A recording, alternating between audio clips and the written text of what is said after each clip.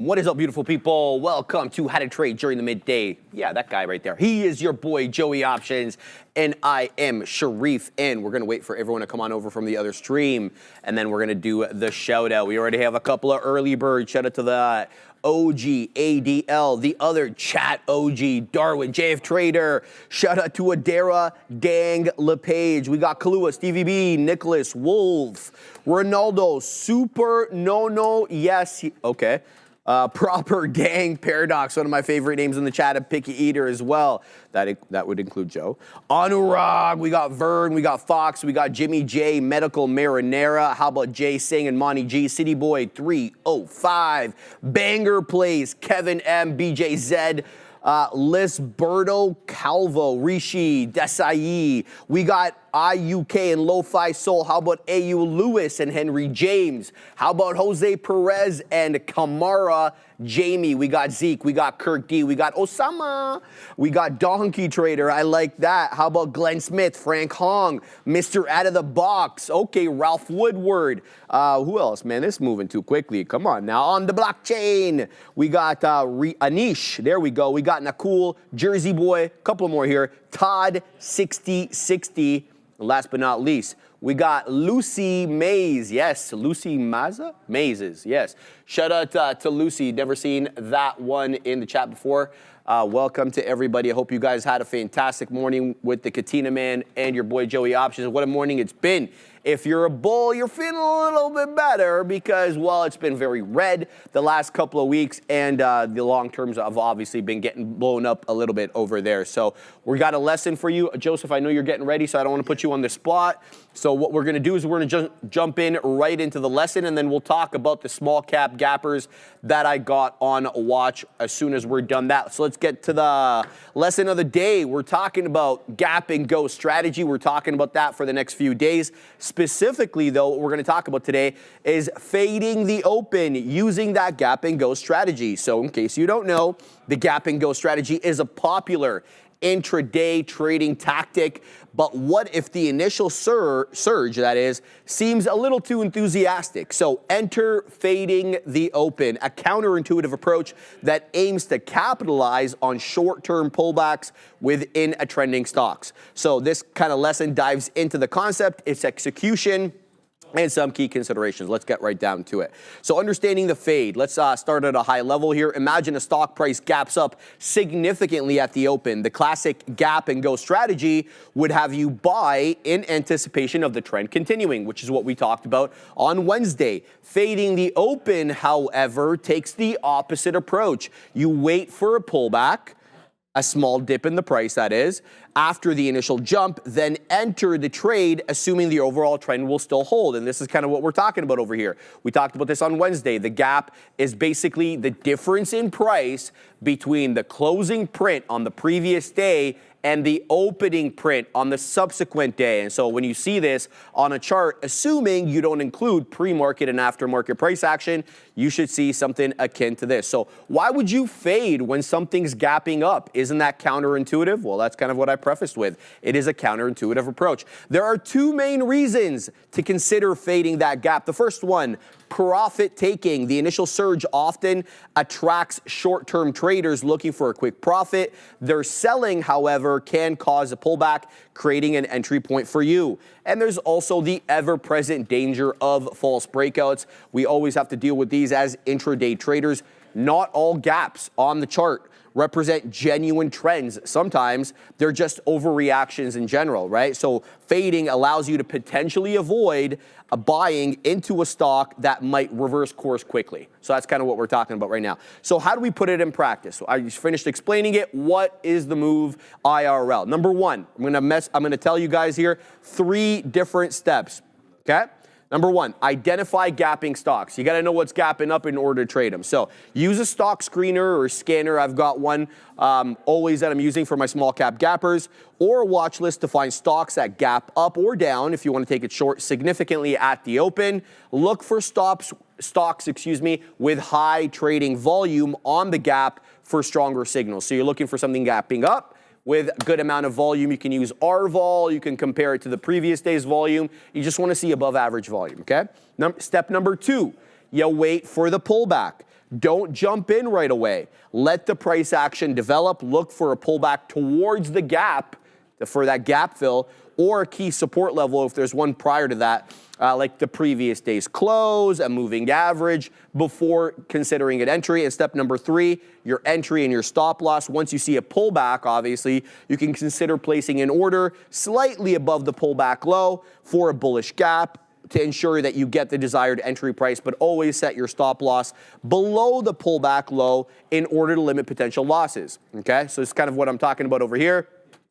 This is a gap down, so you'd basically be waiting for this pullback over here. So we gap down, we trend back up, we almost fill the gap. So you would be getting in something like this on the first red candle to make a new high, or new low, excuse me, and your stop would go right above there. So if we made a new high, you'd say to yourself, well, then why am I getting short here? I mean, we're breaking trend, we're making new highs, we're filling the gap. We could possibly reach the previous day's high. So the point of the gap and go strategy of fading the open is to wait for the gap down, okay, for a short, or a gap up on the long. Wait for the first red candle for the short, and then place your stop above the previous area high. Some other considerations you need to take into consideration. Not every gap, though, is tradable. So fading isn't suitable for all gaps. Strong trends might not offer significant pullbacks. They just might go. They just might continue to print higher highs and higher lows, and the thing's running away from you, and you can either chase it or not trade it at all. Risk management as well. Always prioritize risk management. A seemingly small pullback could turn into a large reversal. Use proper stop loss orders and position sizing. And confirmation. Consider using other technical indicators, not just the gaps and the area highs and lows, but you can look at things like the RSI or moving averages to confirm the overall trend before trading. I hope everybody, Joseph, prints up several storms so that you have some in the bank there for the weekend. What do you got, man? Yeah, I'm looking here at Google. I do like potential pullback. So maybe we'll look to participate in the long. I'm going to be patient on this one. It was tough trading NVDA, even though it traded after a while, after a couple of fake outs, it started to move really, really nice here. So it's unfortunate that we didn't get to partake in that one. So I'm going to be sitting on the sidelines for a little bit anyways, until something really sets up. IWM, surprisingly, is trading significantly higher there, Sharif. Surprised by that. So up 2% is the small caps, the small cap world. So that's positive for all your setups. But yeah, going to be patient here. NVDA still up about 4 1/3 here. Really, really good price action. But again, just sitting through this noise was really tough. I was in here multiple times. Oh, that's a 3-minute. We don't want that. We don't want any part of that here. I like that. Yeah, so we did crack through the highs on NVDA and now climbing higher. Nice pullback. So that strength really starting to come into play, and that's what we want to see. Hopefully Tesla can hold up the volume weighted average price, and then we'll look to trade that some, because we are starting to consolidate. Positive sign here for that name. But again, holding a VWAP, something that we're going to look for, and then hopefully the continuation of the trend. It has been lagging its peers, as I mentioned before. The Qs are doing fairly well, but Tesla continuing to sell as the market started to rally. It took a little bit of time in order to get this boat turned around and start trading higher. So that is Tesla. I'm just going to hop in the chat here as well, too, guys. If you want me to go over anything, I'll be more than happy to do so. Put out your tickers.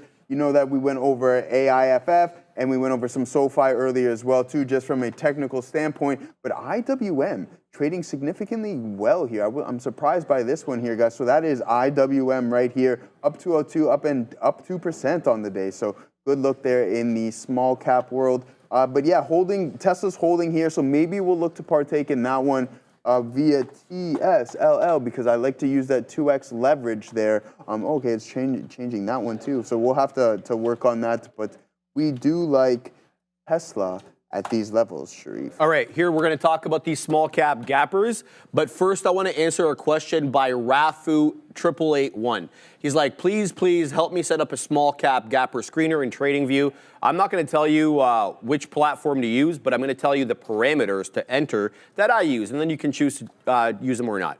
So number one, you want something close to $1. The reason I say trade things above $1 or close to $1 is because there's a lot of algos that won't trade these small cap gappers south of $1. In addition to that, there's a whole lot of different levels that you can post sell orders at south of the dollar since we're using 4 decimal places. So what I do is I filter price up to 85 pennies, and then I want to know everything that's trading big above 85 pennies. I'll filter everything below that. I don't really want to trade these sub $1 names if I don't have to. The reason I put 85 pennies is because I want to know about the ones coming close to that dollar, the ones that are going to be on the way to breaking that dollar. So that's step number 1. Step number 2, I would say filter everything that has less than 250,000 shares of volume. And I say 250,000 only for the pre-market. Like after the bell or at 11 o'clock when I start trading, it better have been doing several million shares, to be quite honest with you, okay? So that's what I'm looking at right there. You want to filter 2 different things. 1, you want price, typically above $1, and then 2, you want to have everything above 250,000 shares, give or take. I'd like usually a few million shares. So those are really the only 2 inputs that I have for my small cap gappers. Everything else, you can just kind of leave it there and kind of whatever you want. Now, I have certain columns that I use, but every platform has different data points that they offer and then they don't offer, so I don't think it'll be helpful for me to give you the columns that I have. I think you're going to have to experiment on your own. All right, here are the 9 small cap gappers that we've got on watch today. First and foremost, and I'm not saying this is the best one or anything like that, QMCO, big mover on the day, up to 18 2/3, breaking down now sadly below VWAP. We're going to keep an eye on this one to see if it can reclaim the volume weighted average price. We got QBTS. Fantastic look today for QBTS. It's up 41.25%.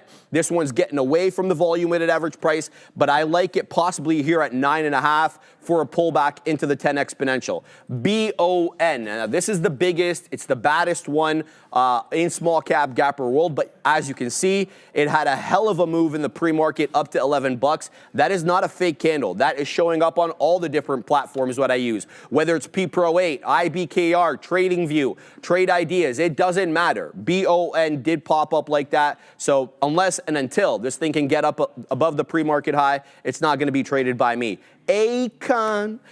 Convict. This one is back, baby. Get it, Adara. It tried to move up into 91.5 pennies. It is now breaking down below VWAP, which was at 82.5 pennies. Acon is going to have to get above the volume weighted average price for me to get interested.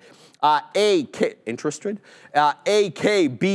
This one is trading above VWAP. Not a big mover on the day. I think we've only got 28.5%, give or take, up on the day, but it is putting in higher lows, and it cleared that area high. It's above the pre-market high. It's got everything going for it. This one will be on watch for me, especially if it comes back into that volume-weighted average price at about 210, 209. So that's AKBA. Then Rigetti, knees are freaking heavy. This is a beautiful one today. RGTI up 23.25%. We're getting a bit of a micro pullback over here. The 10 exponential on Rigetti is around 10 2/3. We're printing 10 4/5 right now. I probably will look to pick this up either at the 10 exponential or 10 1/4 VWAP-ish area, okay? The reason I say that, the 10 exponential is going to be my first area for a holdup. I already mentioned that's 10 1/3. And then this 10 1/4 area, that's the area crest of the initial bull flag. So if it comes back in to test that initial breakout area, I'm a buyer. Now the thing is, the breakout area and VWAP are like 10 pennies apart. So I likely, if I get in at 10 1/4, I will likely dollar cost average into VWAP, but VWAP will be my line in the sand. It's going to have to hold above that. So RGTI, definitely on watch. And then we got GRR. This one also up 23 3/4. Sorry, almost 24% now. Fantastic look. It's also got a 2-candle pullback over here with the current candle being green on the 5. The 10 exponential on GRR, which is now a little bit more expensive of a stock, about 31.15 to 31 1/4. That is my first look at GRR for a pullback. And then the volume weighted average price is around 29.13, 29.15, give or take. So I'm going to be looking at GRR as well. Last but not least, I got a couple more here, and they're all quantum names. You can probably pick up on the theme today. Then we got QUBT. This one is also up nicely on the day, 25% give or take. It is at, as we speak, the 10 exponential moving average, which is at 680, give or take. You can't see it on the black chart over here, but you can just take my word for it. It is at the 10 exponential right now. The price action support seems to be 6 1/3. You can kind of see this area crest over here, but the volume weighted average price is a little bit below, more akin to that 6 1/2. So if I was to get into QUBT, it likely would be an entry at price action support at 6 2/3, and then I would dollar cost average into VWAP, with VWAP being my line in the sand. Last but not least here, Joseph, IonQ, Ionic, whatever the hell you want to call it.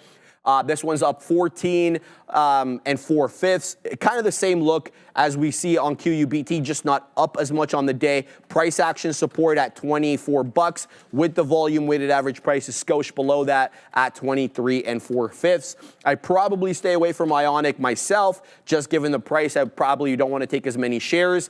I definitely would be looking at more like QUBT, Rigetti, QBTS, since they're a little bit cheaper on price, but in fact, they actually have more upside percentage on the day than IonQ does. So that's my look right now. Those are the 9 small cap gappers that we're watching, but as you can see, if you've been looking at QMCO, it is now breaking down below the volume weighted average price. No longer tradable under my system, actually much closer to the low of day than it is a high of day, 16 2/3, a low of 16 1/4.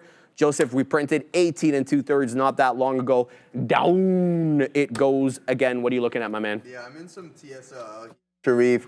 So it's starting to trade higher. The market's climbing and climbing and climbing. So this is a positive sign for this name. IBIT climbing as well too. But we're going to be patient. We're now cracking through this pre-market high, or sorry, not this pre-market high, but this consolidation zone now above 901. So hopefully we can continue in this trajectory and go and test the high day here in Tesla. But going to be patient. It may be a little bit more of a grind. I know Sean was saying, hey, I think we're going to rally. Sharif and I earlier in the morning was, again, nice bounce here in a lot of these big names. And this is what we want to see. So going to be patient. Apple's still hovering around VWAP, which is, it's like, okay, yeah, it's lagging a bit. Can it catch up? Hopefully it doesn't lag too much and then have more ground to cover, because that won't be a positive sign for the name. And if things are lagging, there's probably a reason why, but Tesla recovering really nicely here. So yeah, a good look there. We're gonna take a little bit off here, guys. We'll post some, see if we can catch the fill up here at 905. That'll be 10 cents there. So yeah, not too bad of a trade on that front. IBIT was a really, really nice setup here as it broke through the volume weighted average price.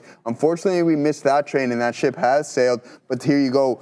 Tests it once, constructs a lower high there, a higher low, sorry, or so, no, a lower high, and then continues to climb and climb, climb, and climb. So a really good look, up 6% here is IBIT, and I like that look on Bitcoin, Sharif, because I am a big holder of it. So a nice recovery here, 48.25. Sure. Are we going to get back into the mid-50s? Possibly. We're still sitting at about a 35 to 25% haircut off of those all-time highs on Bitcoin, so we're going to have to be patient. But we know that it's not much for this name to put in $10,000 days. Is it going to happen today? I'm not necessarily saying that, but when the ball really starts rolling and you get that that snowball effect, which is rolling, and then you get those liquidations and you get that squeeze type price action. That's what we're kind of aiming for here.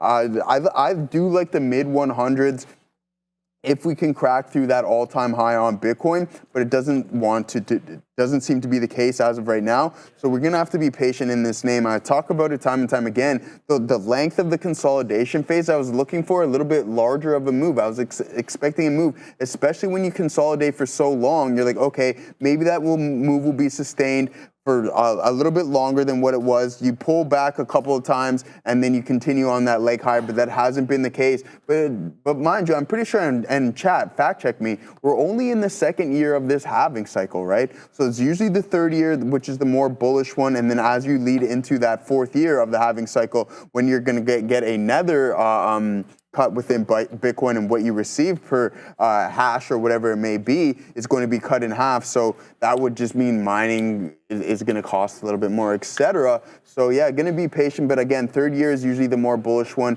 And it's crazy because they said 500,000 still in the works by the end of Donald Trump's term. I think that's a little bit of a push there, Sharif, because we're still south of 100.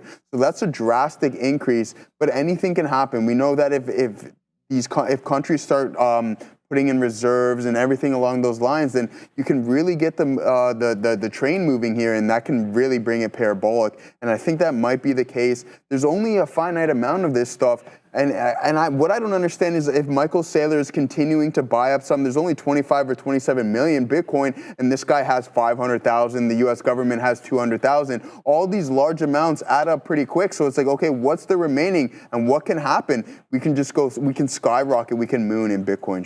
Yeah, there's a headline for that today. I kind of mentioned it in the morning. Yeah, let's talk about it again. Here it is. White House signals interest in Bitcoin reserve. The Trump administration through an individual by the name of Bo Hines. Have you heard of this guy? No, I didn't hear of him either. The lead of the Presidential Working Group on Digital Assets has expressed interest in increasing U.S. Bitcoin reserves as a part of the broader financial strategy. Administration is reportedly, this is the big part, considering using Federal Reserve funds from revalued gold certificates to establish a Bitcoin reserve. That's a novel, what's it called? Headline or I'm at a loss for a word here. I can't find the word that I'm trying to think of. Key meetings with crypto leaders. Hines met with major crypto industry figures and lawmakers, including the one that we've been talking about for a while, Cynthia Loomis, Bill Hagerty, and Bernie Moreno. The government already holds, as we already know, $5 billion worth of Bitcoin from seizures and may be looking to increase its reserves. The operative part for me is this part right here, using Federal Reserve funds from the revalued gold certificates. That's a new headline, not one that I knew about or one that I read about. So we'll see how that all works out. What's going on? Catalyst, thank you very much. Katina, man, helped me out there. I do appreciate that. So we're going to keep an eye on that. Guys, I'm involved right now in my friend. We'll see if it's my friend or not. We'll find out shortly. QBTS, looking to add into this, playing DCAs. I'm looking for that candle low. The candle, the five-minute candle that manifested at 11:15 has a low of 45. I'm looking at adding into that level. If it breaks 40, that's going to be the end of the trade. And then we'll look for that $9 level on QBTS where the volume weighted average price is. So let's go ahead and throw out our orders so that we don't have any subjective kind of decisions to make at the time. We're going to put that bad boy in there. What's our DCA is 66s. So now we're going to throw out some orders in the low 70s to account for any pop-ups here. Adara, what's up? So for one here, I want to let you guys know we did post a brand new graphic here on X at TTV Research. This is the market cap drop for each of the Mag 7 names since February 19th. That is the last day that the NASDAQ closed at an all-time high. So since we had that day, both NVIDIA and Apple have lost about $500 billion in market cap. It's worth noting, too, Microsoft actually has left the $3 trillion club. So Apple is the only name here as of yesterday's close that still has above $3 trillion in market cap. Also, Sharif, I really quickly looked into your friend Bo Hines, Sharif, and I found out some info on our pal Bo Hines. I did a really quick Adara deep dive for you guys. So here's the deal with Bo Hines. He actually has very little political pedigree. He is only 29 years old, born in 1995, from Charlotte, North Carolina, and seems to be more well known as a college football player than he actually is in politics. He only started getting involved in politics for 2021. He has never run successfully for any office and seems like he was plucked out of obscurity to join Donald Trump's team here as the executive director of the President's Council Advisors on Digital Assets. So again, I want to clarify, Bo Hines has very little political background from what I could find other than running unsuccessfully for a handful of offices. And interestingly enough, his own party campaigned against him a couple times. Back to you. News about a Madeira. That wasn't enough. So shout out to Bo Hines, born in 1995. I don't really care if he's in politics or not. That really doesn't matter to me whatsoever. Does he have any sort of business acumen? Bet you that'll put that 10 times over a politician. So we're going to keep an eye out on QBTS. By the way, shout out to the OG Darwin. He mentioned that QBTS also has warrants that are cheaper. So if you don't want to trade the more expensive names, like I think QUBT, you were talking about their QBTS, You were talking about Darwin. So the good look on this one. We're looking at building our position into that 10 exponential. But now we've got 1, 2, 3, 4. If this candle closes red, it'll be 5 candles in a row that are red. The previous pullback had a 4 candle red setup. So I'm not quick to write this one off. Let's see if this one pops up again. Jose. Yeah, nice look there, guys. TSLA working out as this name continues to climb higher. Strong market. Good seeing this type of rally. Sean's in this. He's killing it as well, too. Grabbed it off the bottoms. Probably, what is that? Probably over $10 maybe, or close to $8, $9. Yeah, $8, $9 in the money. So, yeah, good look. Nice recovery. 250 in the works there for Tesla today, especially if we crack through that high a day, which we might here. I'm going to pull up the options chain here shortly and see what we got going on for open interest, especially during today's expiration cycle. So if you see a lot of OI at 250 and north of it, maybe we punch through that and a lot of transactions going there, closing, whatever it may be. And then also you want to take a look at the put side too to see what it was acting as a possible bounce level too.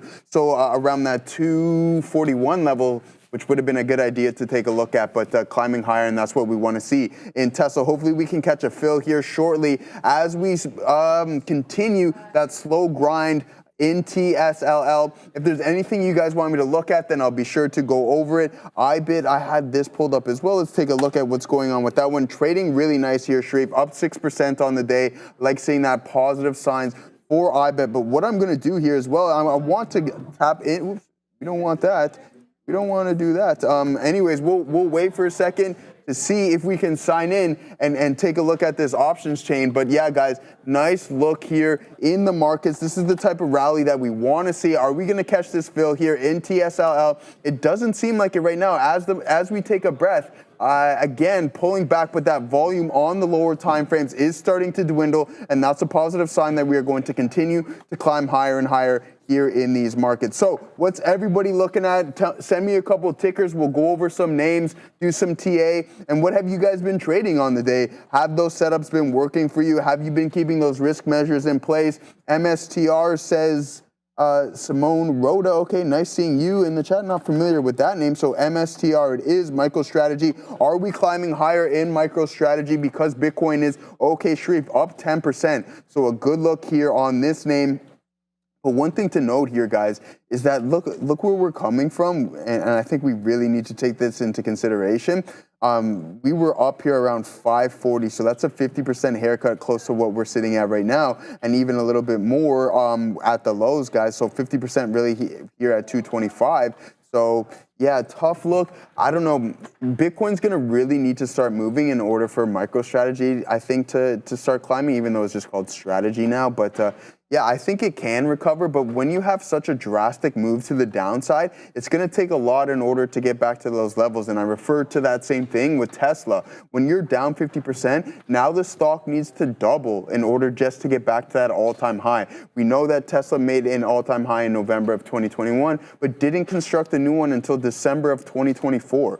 So that's 3 years, essentially, of you just waiting for this stock to continue to climb higher and higher. And if you punched in at those highs, that's 3 years of waiting, and that's not something that you necessarily want to do. That's why I like getting out of positions, and I mentioned before, like, hey, looking to get out of Tesla around 300 and then maybe get back in. Will it be a full recovery? I don't think so. I still think that the sentiment and the environment in this name is relatively weak. So I'm going to be patient, wait for those levels to come in, those oversold bounces, and then that's when you want to get out. You don't necessarily want to get out at the low, Sharif. All right, still dealing with QBTS over here. Let's see if it holds up. We're still out of the money on this one.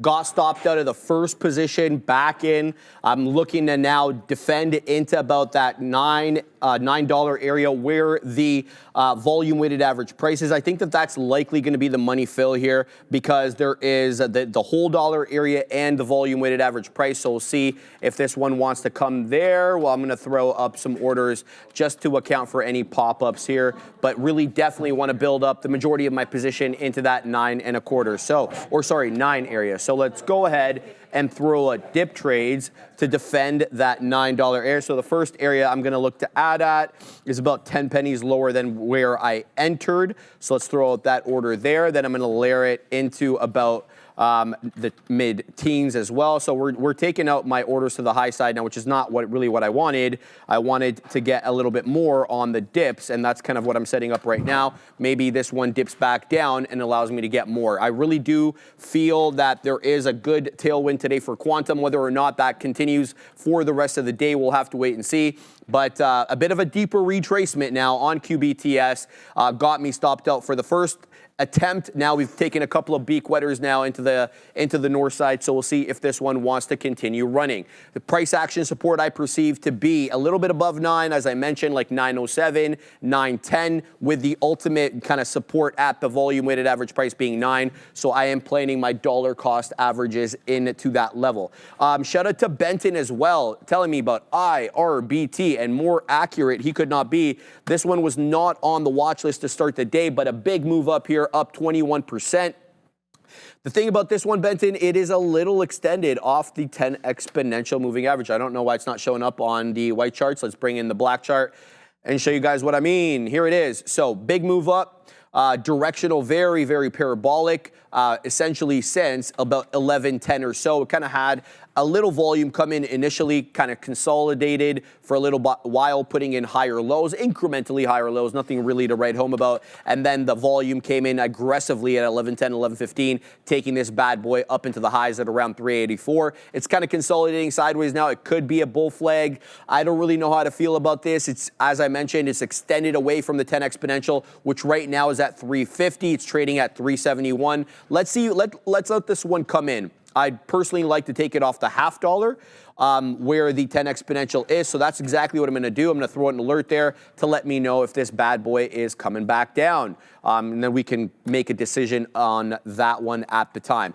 Let's see what else is moving. GER, I really don't want to trade GER. It's a little bit more pricey for a small cap gapper, despite the fact that it's got a fantastic looking chart pattern, very bull flaggish, directional up and to the right. And then you're getting this kind of consolidative dance. But most notably, this consolidative dance is holding above the 10 exponential, so you're able to see buyers are still in control. $32 is where we're trading right now, the high of day, 32 2/3. So we'll see. We'll keep an eye out on that one. No question about it. But the one we're involved in right now is QBTS, and we've taken out all the my exits now to the high side. So we're making a little bit back on this one after going red on it. Now we're going to wait at 61s. I'm still going to leave my orders below the 20 exponential. So this one, QBTS that is, did find support for whatever reason at the 20 exponential moving average on the 5. There's no price action to speak of there, unless it found support at the quarter dollar, which is not typical for these small cap gappers. The price action support, as I mentioned, 908, 910, with VWAP being exactly at 9. So the fact that it held up here to me signals a 20 exponential pullback, and we'll see if this one wants to make a new high. Let's see if it has an opportunity to take out 10. Right now, the high of the day is 992. So I'm going to pack my patience and see if we can get anything up there. How many shares do we have left of this? Okay, we got some shares on here, Joseph. All right, not bad, not bad, not bad. So we'll be able to take out. Okay, so we're actually positive on it again. Not bad. I took more shares than I thought. So yeah. Remember yesterday though? Ooh, that was not a good one. I started out the first trade with a fat finger. And did you punch too many shares on that? Yeah, like 10 times the amount of shares. There was a zero in there. A couple extra zeros. Yeah, exactly. And so that one kind of put the kibosh on the trading day. We couldn't be as aggressive as we wanted to because we almost got shut down, full disclosure, right? So that's the look there. Yeah, we got some shares on here, Joseph. So let's see if this QBTUS wants to pop up and do the dance with no pants with that 10. Yeah, good look there, man. I'm glad that you put on those shares as well, too. There's something I tried this morning in NVDA and it didn't work out. So, yeah, Shutdown Life is the life. Yeah, is the name of the game here on the Friday. And it's so unfortunate because it was such a good day. And you know what it was? I was in iBid Sharif, and then that sentiment came out, and I had 70% of the position on it. This is different thing. But then it flushed, and I had to get in at the lows, just blows past the stop, and had to get out at the lows. Right. So that took a pretty hefty. That's okay. Yeah, it is what it is, man. So I'll get you a pie. But that's not going to make me feel better. If you want to make me feel better, get some gummy worms or something. Hey. That's it. But yeah, man, not a big pie guy, as you guys can tell in the chat. Sorry, what was that? I didn't hear what we heard in my ear. We're going to Adara? Okay, thank you. Just be aware here, keep an eye on Arcos Dorados. This is basically the leader of the McDonald's chains in 20 countries across Latin America and Caribbean. So this is basically the Latin American lead of McDonald's. This is actually a day 3 earnings play for ARCO, which is Arcos Dorados. So keep an eye on this name. It's actually a pretty cheap ticker, about $8. It's worth noting, too, yesterday they announced they're going to be attending a host of conferences in Latin America. So keep an eye here on ARCO, McDonald's, but not in America, guys. Back to you. Thank you very much for that, Adara. Yeah, Joseph told me about the trade this morning. Yeah, just the way the cookie crumbles, baby. It does sometimes. You know what I mean? Chocolate. Chocolate. Dude, I'm not even going to be able to live anymore. I'm going to have to keep my palate to myself. Wait until Neil finds out. Yeah, though. Neil. Sean wasn't exaggerating when he said Neil has a sweet tooth. He's gonna be very upset. Dude, listen, I like some donuts, right? The walnut crunch is a good popular donut over here. I like the Hawaiian from Country Style. See, that's the thing. Like, if you go to Farm Boy, you can get some nice donuts. I'm not a big Tim Hortons donut guy or anything along those lines. Pies, yeah, and never experienced the pie life. So, yeah. Anyways, guys, we're all out of Tesla, continuing to just grind, and that's a positive sign. Amazon kind of lagging its peers. We'll pull up Amazon here for you guys real quick to see what it's up to. But yeah, all out of that Tesla trade. We're going to just unlock this and see what the Amazonian is up to. So yeah, hovering around, lagging its peers. Can it break through this high a day? Maybe, possibly. But it doesn't look like it right now because everything is slightly extended from view up. So be prepared for those pullbacks. And for this thing to get the ball rolling, you would think it would start participating by now, but it isn't. So it is lagging, and that's okay. Still off of those lows, which is another positive sign. I mentioned that it takes some time to turn these ships around, 21% off of those all-time highs, and it seems to be the case in some of these. Tesla, Amazon, NVDA is starting to recover as well, which is again, I think we are at that oversold spot. But oh wow, okay, I'm surprised by that. I did not know that we are up 15% off of those lows that when we tapped into 104 roughly, and then now trading at 121. So that is a really good sign for this market. Microsoft is climbing higher. Apple is now ripping as well too. So look, here we go, Sharif. The market in general is breaking out. Yeah, exactly. And I think that this is the point. We're at this oversold standpoint. Now we're going through a cover rally. Some shorts are getting squeezed out right now as well too. So this is what we want to see here, Sharif, especially in these big names, Apple, Microsoft, and Tesla. Sure. Yes, sir. Okay, so we're going to have to look at these large caps. If the market's going to break out like this, and it kind of is incumbent upon me to trade these. I do like the small cap gappers today, but they're all concentrated, the good ones anyway, are concentrated in one sector, and it's quantum. So if that starts pulling back, well, then there's not going to be anything for me to trade. I see BON is up, but it's like $100 off the pre-market high, and I just won't trade it unless it takes a pre-market high. Simple as that. I'm not going to bend on my rules. Now we're looking at the Mag 7. What a fantastic look today. Obviously, very micro look on all this. If you zoom out, it is not a good look, but you have a lot of these Mag 7 coming into highs or are at highs. Case in point, NVIDIA at the high of the day. The Fuge NQ March contract, that is, taking out 19, 6 3/4 as we speak. Goggles has been decimated lately. It's like 3 pennies or so off the high of the day. The soft one, I can't make that joke. 386.84. Yeah, I couldn't, Dara, but it's okay. 386.88 into the high of the day right now. This thing is on one right now too. I can't make that joke either. I was gonna say something about a blue pill. Come on, bro. Come on now, bro. Yeah, you know did you see what? You see, when I received this coffee, the comment with the coffee. Yeah, it was fantastic. He had to come over here and add more color to that. Did he add it? Yeah, Rob is undercover. But fantastic guy, no doubt. Fantastic guy, yeah, thank you. 607, Joseph, we've reclaimed 600 on Meta. What a move up. It's at the high of the day. The dead one, Apple's at the high of the day as well, 213.50. Really the only one that's off the high of the day right now is Amazon and Tesla. Amazon, we can kind of, I'm a little surprised about that. Tesla, I'm not surprised about, kind of feeling that there will be downward pressure on this one for the foreseeable future. In any event, we're going to keep an eye out on these Mag 7 names for a pullback.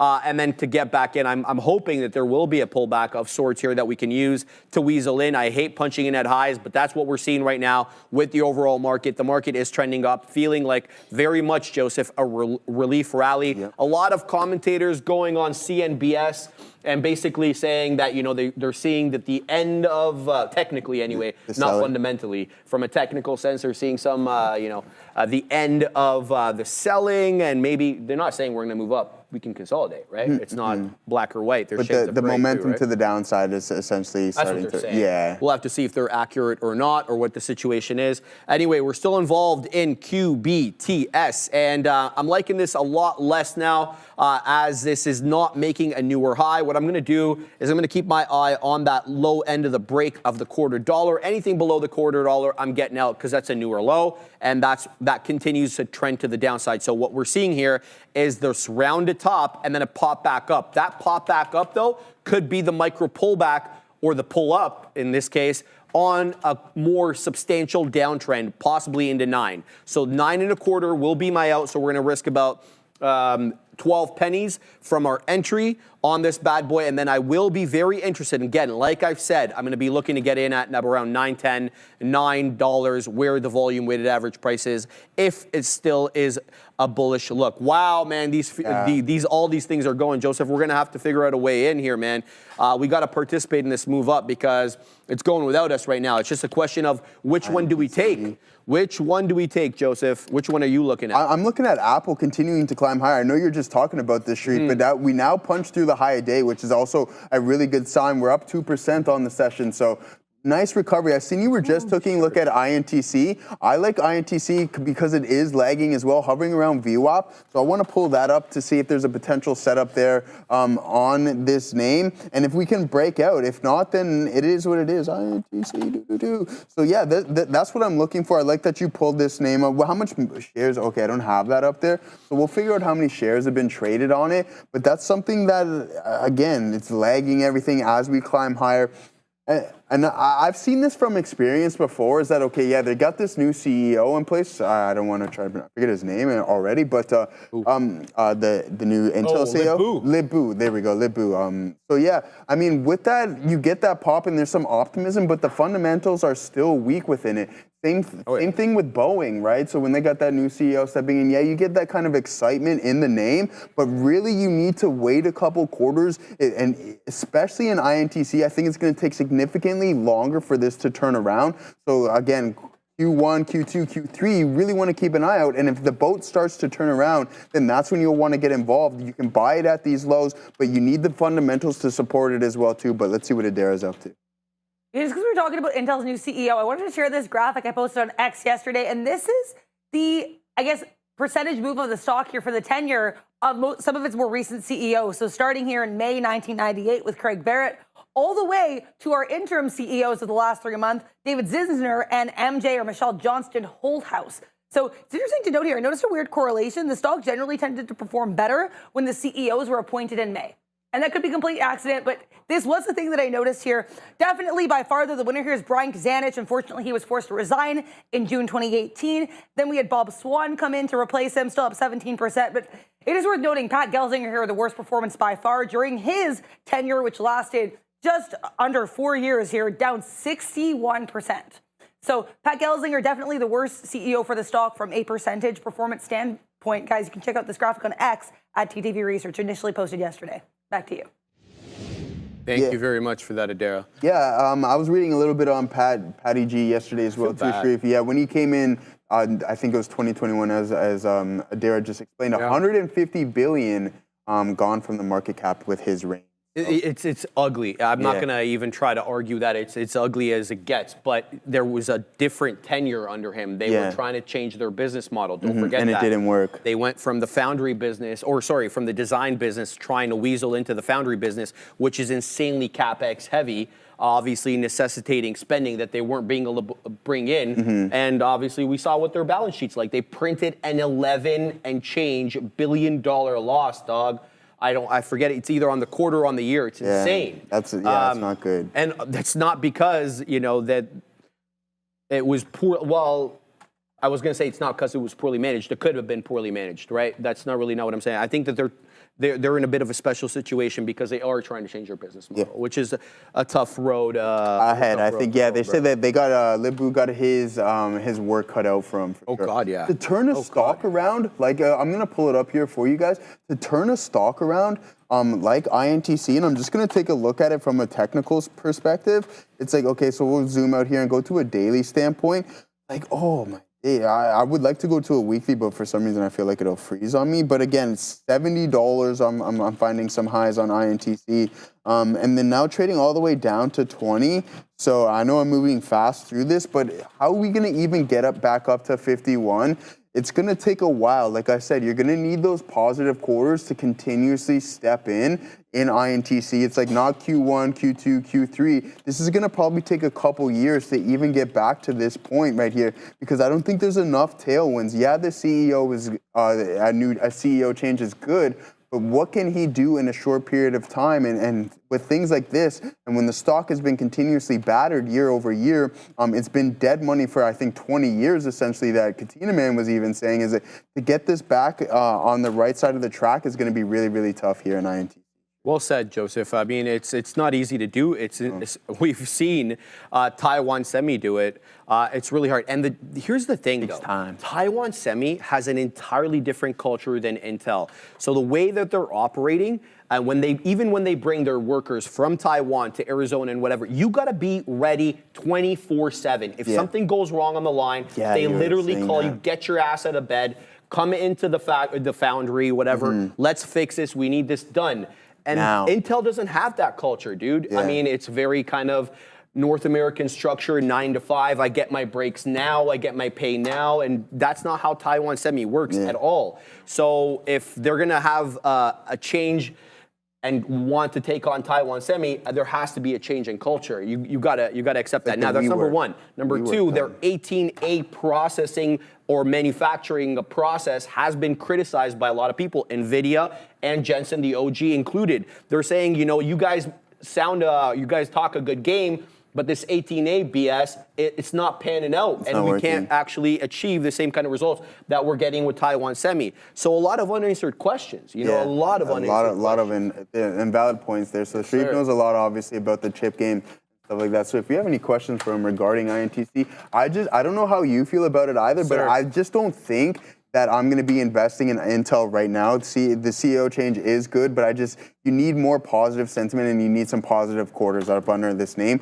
in order to even get involved. And with that being said, this is why I say, hey, I would like to get out of Tesla, right? Get out of Tesla and hop into Hood. What do we see in Hood? Like year over year, you see transactions 90%, revenue, options transactions up 85%, and everything. And those are the type of growth cycles that you want to be able to identify and look for. And then when you get a 50% haircut in a name that has 700% increase in crypto trading, then it's like, okay, is this justifiable, the down move, or is it overreaction? In my opinion, I believe that it is going to be overreaction. We know that we have the reserve. We talk about this a lot now with Bitcoin. So what is that going to do for Robinhood? People like trading off of their phones now, right? So you don't need those necessarily, all these platforms, because so many of these transactions are done on your phone. Options revenue is up. You see margin accounts increasing as well too. Just like across the whole board, this company is growing, and that's why you want to I personally want to rotate out of something like Tesla, even though down the road it may be good. But as of right now, it looks like Hood is going to continue on that trajectory, and with a 30% haircut, I really like this name. Yeah, I completely agree with that, and that was a fantastic. I kept feeling so bad about myself not having actually worked in at all, and now you're getting that great consolidation phase where it broke out from last time. Yeah, especially if it holds this area. Exactly. It's like, look at it hold this support level right here, as you just mentioned. Yeah. That's what you want to see. We want to see a little bit of sideways price movement, and then maybe we can slowly start to climb higher. Are we going to climb as high as we went down? Absolutely not. But a nice slow grind. You start allocating some shares. If it dips down past the support, you grab a little bit more. But I think with that growth rate, and in a growth cycle, this name is going to be good in the long term, and it's a brokerage too. So yeah, I see your point there. Red candle magnet. Oh boy, this guy's back. Yeah, I know he's back. Quantum names are all pulling back. QBTS included. So I've built my position. I'm in at 906. So that's basically going to be my line in the sand. It's going to have to hold up above 980s. Otherwise, we're going to get stopped out again. We were able to make our way back after having an 0-for-1 start on this. Went back positive on it. Now we're back negative, full disclosure. So let's see how the cookie crumbles here. We're doing well on this one, though. Not too bad. Actually, not that well, to be quite honest. Let's throw some orders on this one. I'm talking about IRBT. We're long 68s. Let's wait up here to see if we can get some sort of order up there. Now, it's QBTS that's actually breaking down below VWAP. But when I look at some of the others, like Rigetti, QUBT, they're all holding up at or above VWAP. I mean, case in point, this is the only one below it, bottom left-hand corner of your screen. It's below the volume weighted average price. But when you look at Rigetti, knees are heavy, it's still above VWAP. QUBT, same thing. It's still above that 660 area where VWAP is.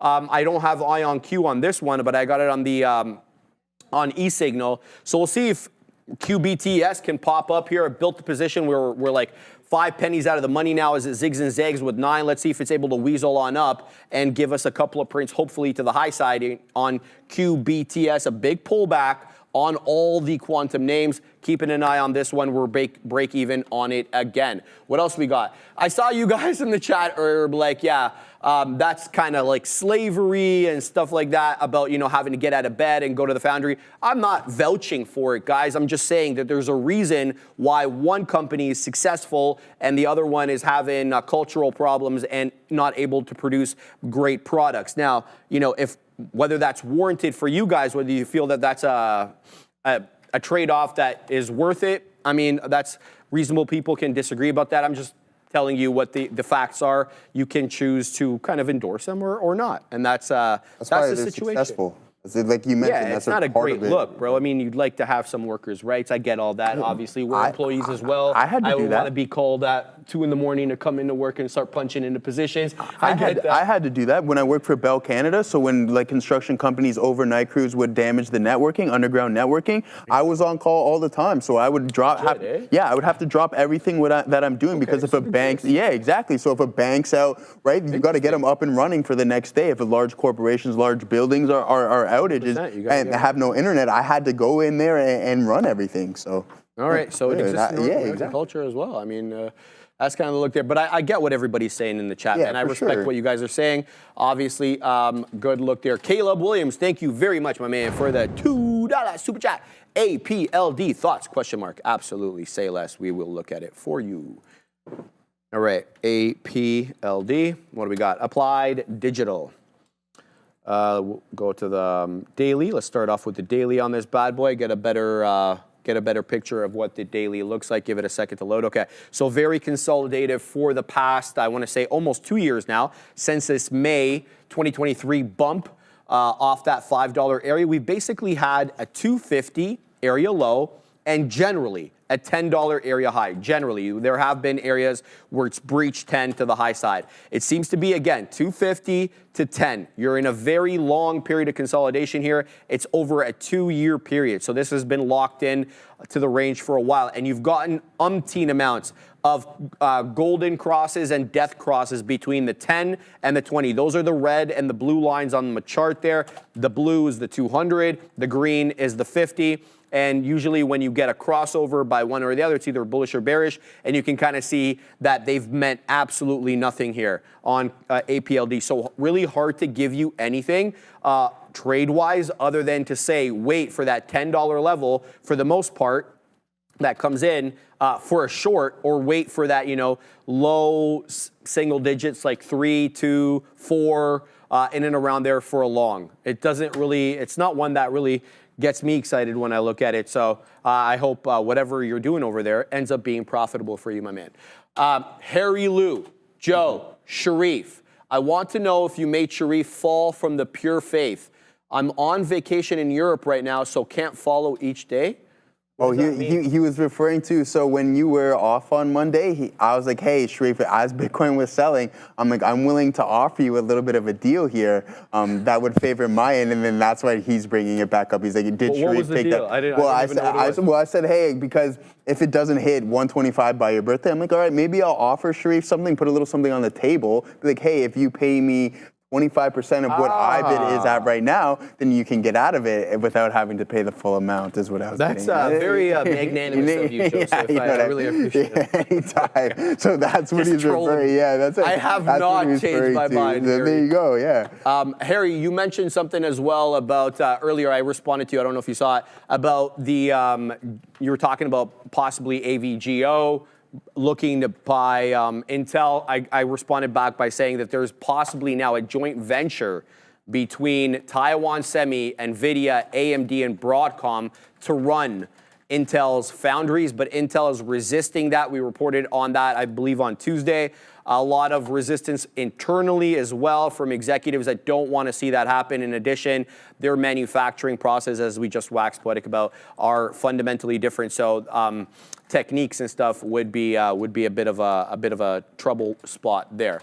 So shout out to Harry Lou, always chiming in. Good look there. Ari Pages, shout out to Sharif's birthday. Big ups, hey, Chief. Shout out to Ari Pages, baby. All right, we're still involved in these two trades, Joseph. We're involved in IRBT at 68s, 368s. It's showing me 70s right now, so really nothing to write home about. But it's QBTS that I have a position in. And it's got a 3-candle setup on the 5 at VWAP. It's not promising. I got to tell you, they're all candles of indecision. I can neither gauge whether this is going to be a bounce or whatever. I've tried to place my stop placement strategically.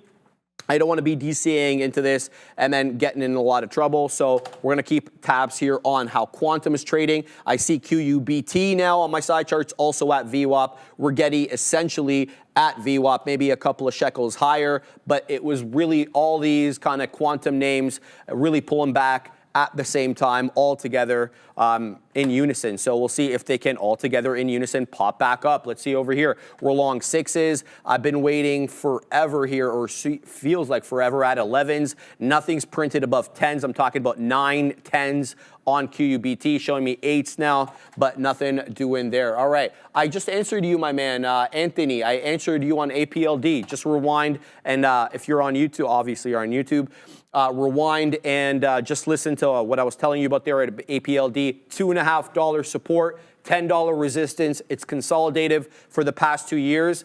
It needs to break above or below that range. Let me know how it goes, brother. But I did answer you on that one. So shout out to Anthony Vence. Shout out to Harry as well. Trump hinted at canceling the CHIPS Act. Does that affect Intel? I would say so. I would say so, absolutely. I think they've gotten a lot of their money, right? I'm not sure exactly how much of the money that was earmarked to them under the CHIPS Act has already been received by them. A quick ChatGPT check or Google search. Thank you, Adara, I appreciate that. Would let us know. But yeah, if there is a substantial amount of money that was earmarked for them that they don't get their hands on, I think, of course, that's trouble. Because then they have to fundamentally reorganize how they pursue the foundry business, especially if that money is not going to get gifted like it's been being gifted. I'm in, I'll message you. No, sorry, I'm just talking to Ramin. Yes, sir. I don't know why I'm talking to her through the screen. Oh, it's all good. But yeah, I'm going to message her, Sharif. Hold it for me for a couple more seconds, and then I'll get with you. All right, we took a couple of prints there finally on QUBT. It's a QUBTS, excuse me, QBTS. A couple of prints to the high side. We're long 4s. Still trying to be patient with this name. Don't want to take out everything too quickly, especially if we do get a pop-up off a predictable area. I'm in at this area because it is the volume weighted average price. That's what I'm looking for right now, a pop off VWAP on these Quantum names. I gotta tell you, I feel like I've chosen the wrong one here because QUBT popping off a little bit better. So is Rigetti, knees are heavy. Popping off about 20 pennies or so off the volume weighted average price. Let's pull up, I don't know what's going on with my charts, bro. Do you have these gaps in your charts? Yeah, sometimes it does that. I don't know why they don't. They don't load. Let's see, sometimes. Rigetti. Yeah, look at this. All of them are doing that. Yeah, so exactly. Shout out to P Pro 8.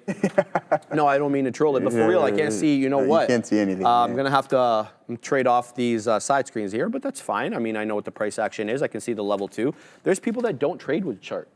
Like there was legit, when I started, they were just tape traders. That's it. You know, like they only trade off the book. Brankel's, I think his name, I don't remember his name, Greg or something like that. Greg knows that. Yeah, he was just like all about the tape and everything, which is an immense skill. That's really good. And even Brankel's, I think at times too, he's like, okay, you have the chart on the side. Yeah, exactly. And he'll just usually just trade off of the tape. But let's see if we can get a bounce here in INTC. Yeah, for sure. Thank you. Let's see if we can get the ball rolling here. And nope, not just yet. We'll try one more time. Not yet, Ramin. But we are just hopping back into INTC. We got out of it, and then now we're going to look for a break of this resistance zone, but it is not looking too good as we are constructing lower highs. So you can see that slight downtrend on the 5-minute and the 1-minute time frame that we need to take into account here, because if we can't break through with momentum and you don't see that volume start to pick up and the flushes on the time of sales, then it's going to look like we might continue to the downside. But again, this is what I want to see, positive signs here. And I believe with this strong market, it can really get the ball rolling. You just need the participants willing to pay for the price of this stock higher and higher. So, yeah. Let's look on PLTR. I know, Sharif, you went over the super chat. I do like IBIT up here because Bitcoin has put in a $5,000 day, which is a really, really good sign. 5,000. Yeah, $5,000. Here we go on IBIT. So up 6% here, Sharif. Really, really good sign in this. As soon as we broke VWAP, we didn't look back. And it's unfortunate because it was my better trading asset this morning. And I was in here multiple times. We played the break here, took some off, got stopped out, break even. And then we took some more at VWAP. And then as we broke through, we took about 30%. And then we had 70% stuck on us during that consumer sentiment flush to the downside, which wasn't a good look. But then again, consolidating, put in a nice base at 47 and then climbs higher. But one thing I do want to mention too, and I love talking about it, is the options change, Sharif, obviously. I know you do. Yeah, exactly. Can't be just Joey options. Yeah, and not talk about the options chain, right? But I mentioned during the week, 120 on NVDA with the most open contracts there with 76,000, and that's what we're hovering around right now on NVDA. So what we need in order to continue to pass through, and if we get in this squeeze type territory, then you're going to see a lot of covering and contracts being closed. And that can bring us to that next level, which is around 125. I don't think that's going to happen today, especially on this expiration cycle, because that's quite a move to hit 125, but it can possibly be in the works for the latter half of the session. And if we continuously grind higher and higher and you get that squeeze-like effect, then it can happen. I know a lot of traders in the chat were saying, hey, Joe, look at 120 just due to that negative gamma. Tell me why. Tell me why. Oh, tell me why is it nothing but a Get it, Adara. Get it. Yeah, Backstreet Boys. I remember that was one of the first VHSs I always used. Hold on. We need to have a comment. Were you a fan? Yeah. Yeah? As a kid, yeah, for sure. I'm not gonna, because you were all at what, 2? When, maybe, yeah. When they first came out. Is that when they first came out? They came out in 98. You're born in 95, right? 92, my bad. So I was like 6. Yeah, so I was like 6. I'm 10 years younger exactly than you. Yeah, I forgot. Yeah, 82. I'm 92. But yeah, I mean, Backstreet Boys had the VHS, and then NSYNC came out. I was a big Fallout Boy and Billy Talent. And NSYNC or Backstreet Boys? Backstreet Boys, I think you have to go with I that like Justin one. Timberlake. So but see, that's the thing. Justin Timberlake as a solo artist, I think is phenomenal. I'm a big JT fan. You know what I mean? Yeah, so I just downloaded. I know he got pinched for that. He was driving infraction. Yeah, he was. But I think generally he's kept his nose. You see the mugshot on my journey? Who's gonna have a good mugshot out of an impaired DUI? Like you're disheveled. You've been drinking all night. Like you look like something I can't say. Adara, tell us what's happening now, though. Gladly, Sharif, I will tell you guys what is happening now. What's happening now is actually a little bit of a pullback. We just got our first 15-minute red candle since, actually with decent volume too in the 15-minute candles, since we started this push to the upside. Michigan consumer sentiment here did actually come in weaker than expected, 57.9 versus 63.1 expected. And then for the inflation estimates, where we were looking for a lower number, we actually got higher than expected. So lots of inverse moves happening here. Much like what we saw with CPI, or especially PPI, selling off a good number. Today actually bouncing on a number that was certainly not what the market was looking for or expecting. Here's Intel, because I did want to mention, Sharif, I looked into this. As of February 13th, 2025, Intel had disclosed that it received $2.2 billion worth of payments from the CHIPS Act. They received 2 payments totaling $2.2 billion. So unclear if that was 1.1 and 1.1 or what the distribution was. But that, as of February 13th, that's how much they've received. Also today, keep an eye on Ulta Beauty. This is an earnings day 1 name, still near day's highs. It was actually running up even as the market was dropping in the morning, guys. So Ulta on watch here. Another earnings day 1 play of DocuSign and Li Auto as well, which we haven't discussed much, but I know Sharif used to be looking at a lot. With that, back to the Bash Brothers. Hit that Adara. Is this what you're talking about over here? Hey, Adara's like in the chat, please tell me you guys have seen the video of JT and Ryan Gosling singing on the Disney Channel as children. They are singing, what is this? Adara, Jodeci? Jodeci. And it's amazing. I don't know who this is. I told you, bro. Jodeci, man, come on. Who's who here, bro? Can we show this, please? Just quickly, I know that with copyright issues, but who's this guy? Okay, so that's obviously Ryan Gosling. Yeah, that's easiest JT. spot. Yeah, On the right, that was JT. Okay. You can see JT. I don't know who this old is. Who's that, Adara? Okay, makes sense. So good times. Shout out to the 90s. Yeah, so guys, I weaseled out a couple of more beak wetters here on QBTS. We're long 01s. Best print I've had so far has been 23s. I'm still waiting at 25s. There's nothing doing on this one, but this is the one where I'm going to have to either draw the line or get out.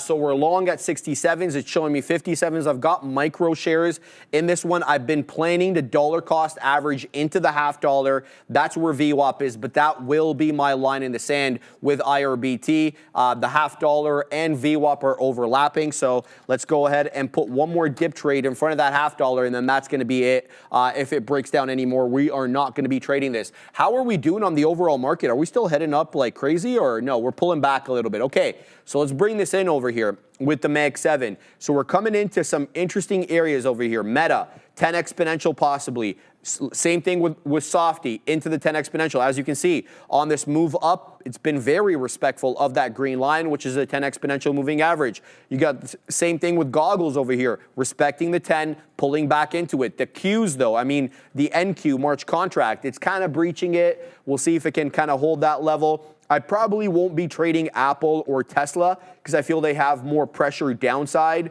than I would like to deal with at the moment. But I'm definitely interested in Meta, Microsoft, and I know NVIDIA is an interesting one as well, but it's already breaching the 10. It's at the 20 right now, much like what Tesla's going to do. Tesla's on the way to the 20 as well. You'll be able to see that. That's a yellow line on my chart. So let's look where relative strength is on these names if we're going to trade the MAG and the market at large. I like Meta, I like Microsoft and Google for possible moves up just based on price action or chart setups and price action relative to the moving averages. That's if we do decide, though, to jump into those. For the moment, we're still doing the dance here with QBTS and IRBT. Let's keep an eye on that one. I want to shout out Bovin. Bovin, you did call this one out like substantially, not substantially, a while ago. Let's just put it that way, okay?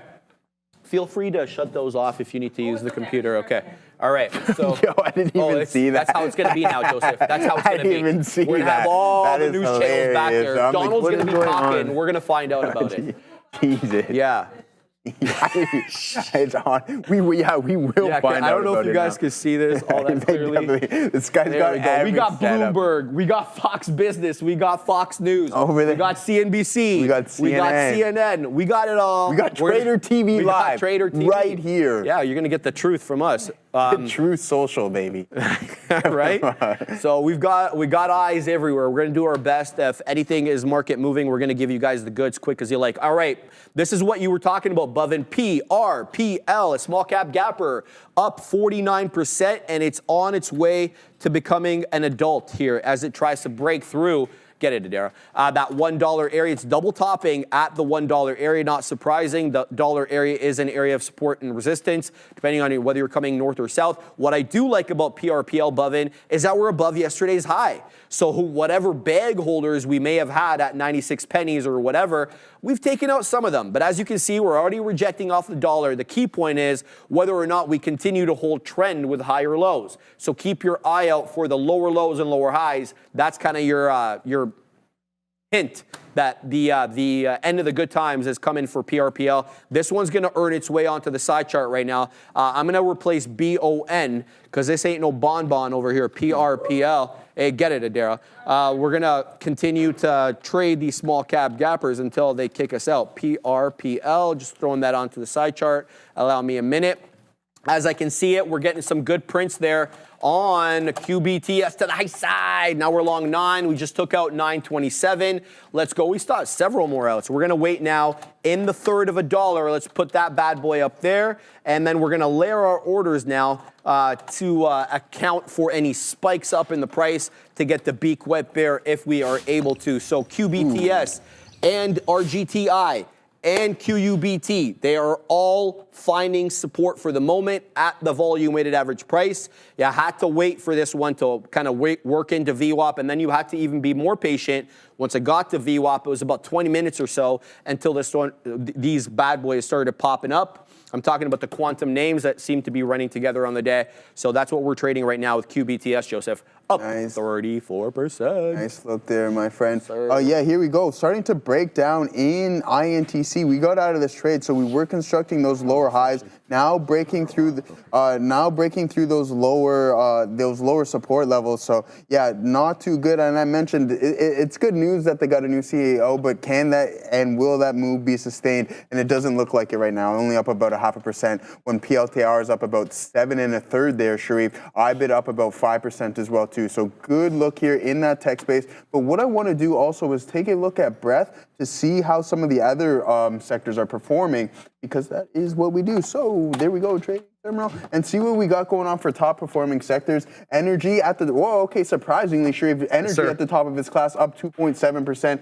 technology 2.5%, financials up 1.9%, but not a red sector on the day, guys. That's really, really good look. A nice bounce, good recovery. Are we oversold in the short term? I do believe so. So we will get that bounce, and it's looking like it's coming into play right now. 7% for PLTR is a really good look. And then from the bottom 3, and they're all green here, guys. Materials up 1.2%, healthcare up 6.6%, and then consumer staples up about 0.2%. Sorry there, guys. But let's take a look at XLP.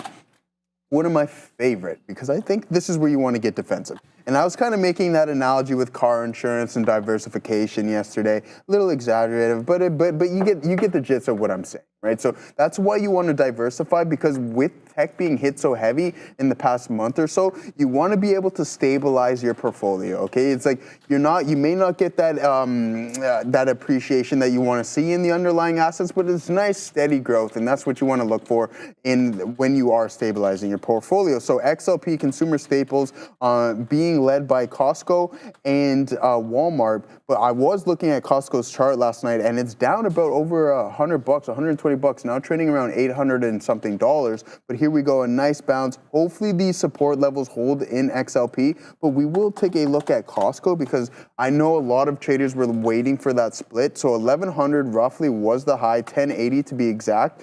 Then at the lows, we dropped about 20%. So that's what you see in a lot of these names that were down 10, 15, 20%. And Costco was joining them as well. So a good bounce here.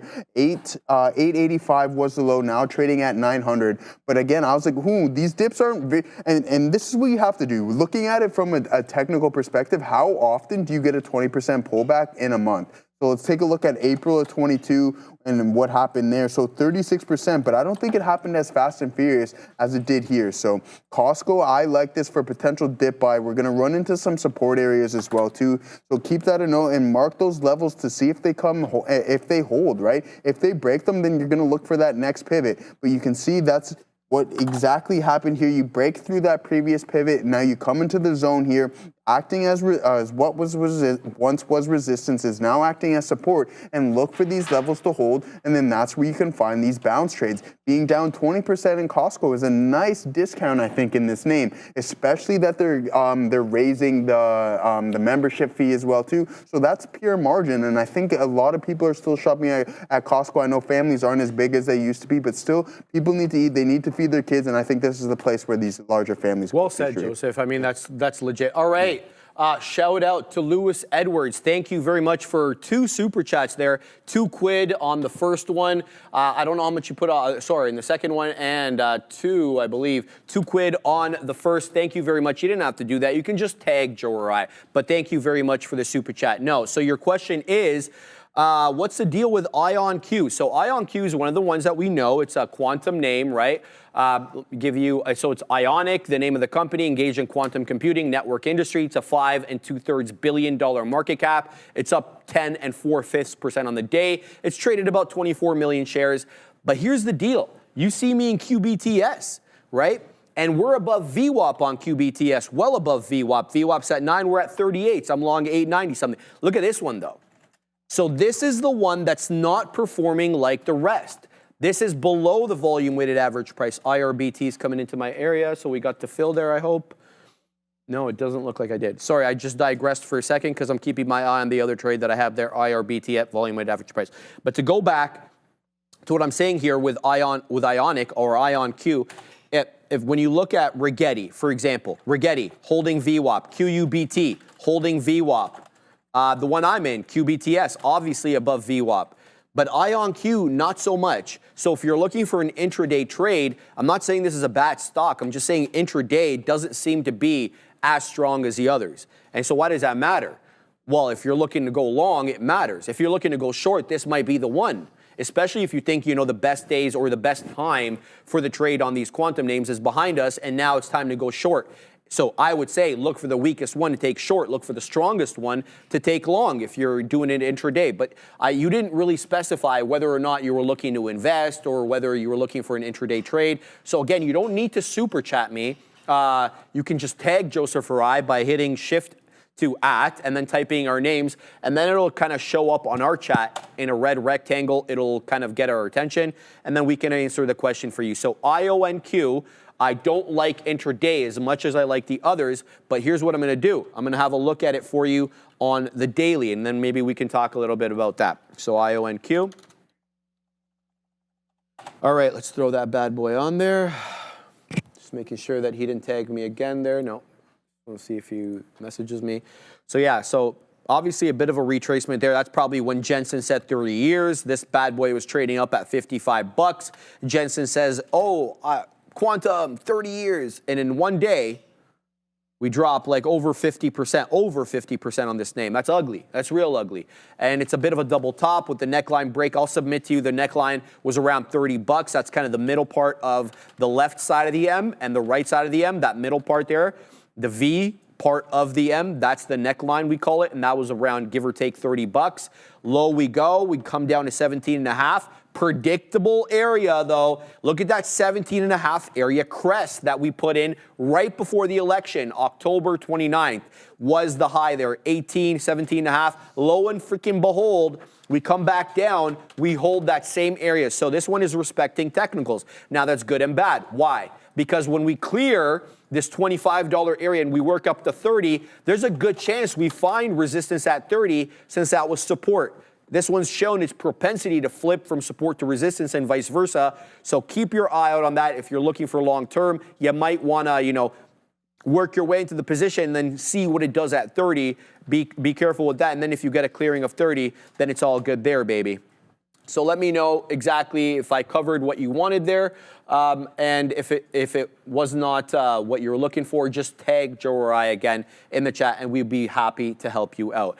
Doing real well here. I'm pleased as dang punch. Nice, I'm not on this one, so we're stopping out on this one, sadly, on IRBT, but we're doing real well here on QBTS. As this one, we're, I don't know, like 40 pennies more in the money up on this bad boy. We're long 897s. It just took out 940. Now what I'll do is I've got no orders here. We're going to layer some orders in the low 40s to account for that 50 penny possible rejection. And then my next beak wetter will be above said 50 pennies for the break of the $0.50. So let's see what QBTS has to offer right now. It's back above the 10 exponential. It's above the 20, still south of that $0.50. Josh J, thoughts on BTC long off 84K level, break and retest?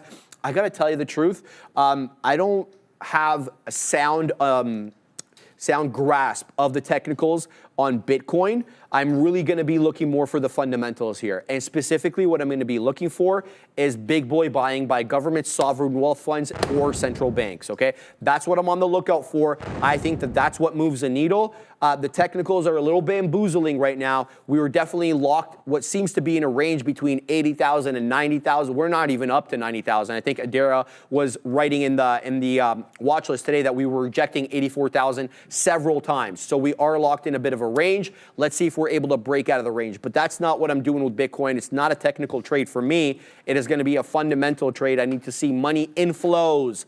Where that money comes from is also important because it has like a precipitous effect, right? All of a sudden, the Katina man, you know, he rolls up in a Benz, and I got to come in the next day with a Beamer. No, and that the point is, if the sovereign wealth funds in other countries start buying this up, there can kind of create a FOMO effect from others who also start buying in, right? So we're going to keep an eye on that. That's what I'm looking for there.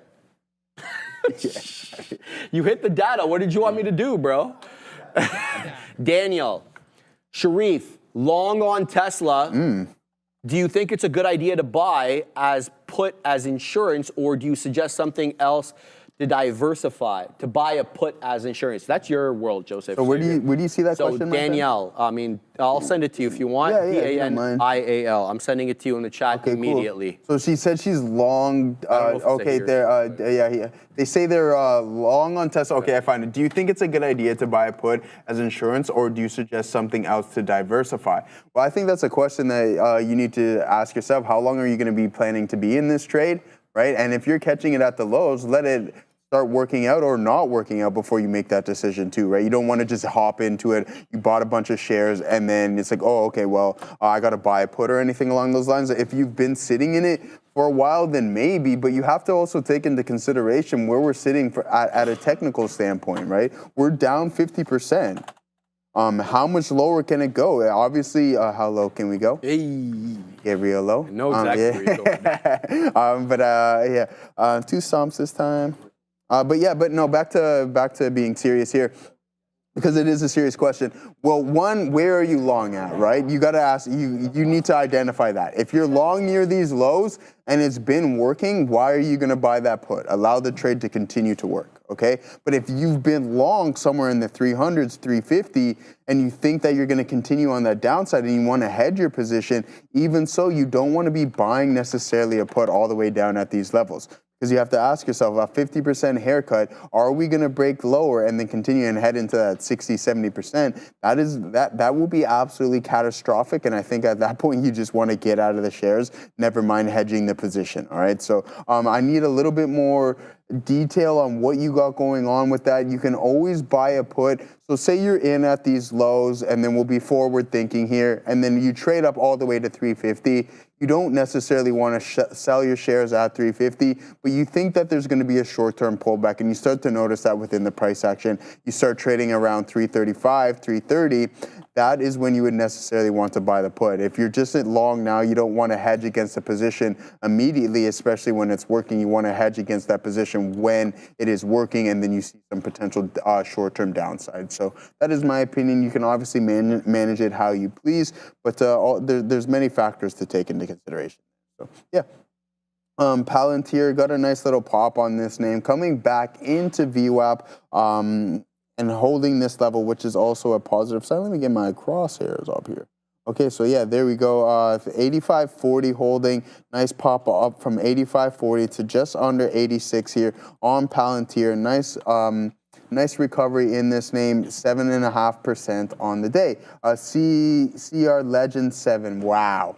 Okay. We're working on the positions board there, guys. You know, I'm jumping around from desk to desk. So yeah, we'll get that sorted out and be sure to make sure you guys are updated. So yes, Joseph, a basis is 313, so definitely holding for the long term. Okay, so I see what you're getting at. I don't know how many shares that you exactly have, but I wouldn't be buying a put all the way down here, right? Because you need that momentum to continue. And what we see here is the volumes starting to pick up and the VIX is picking up.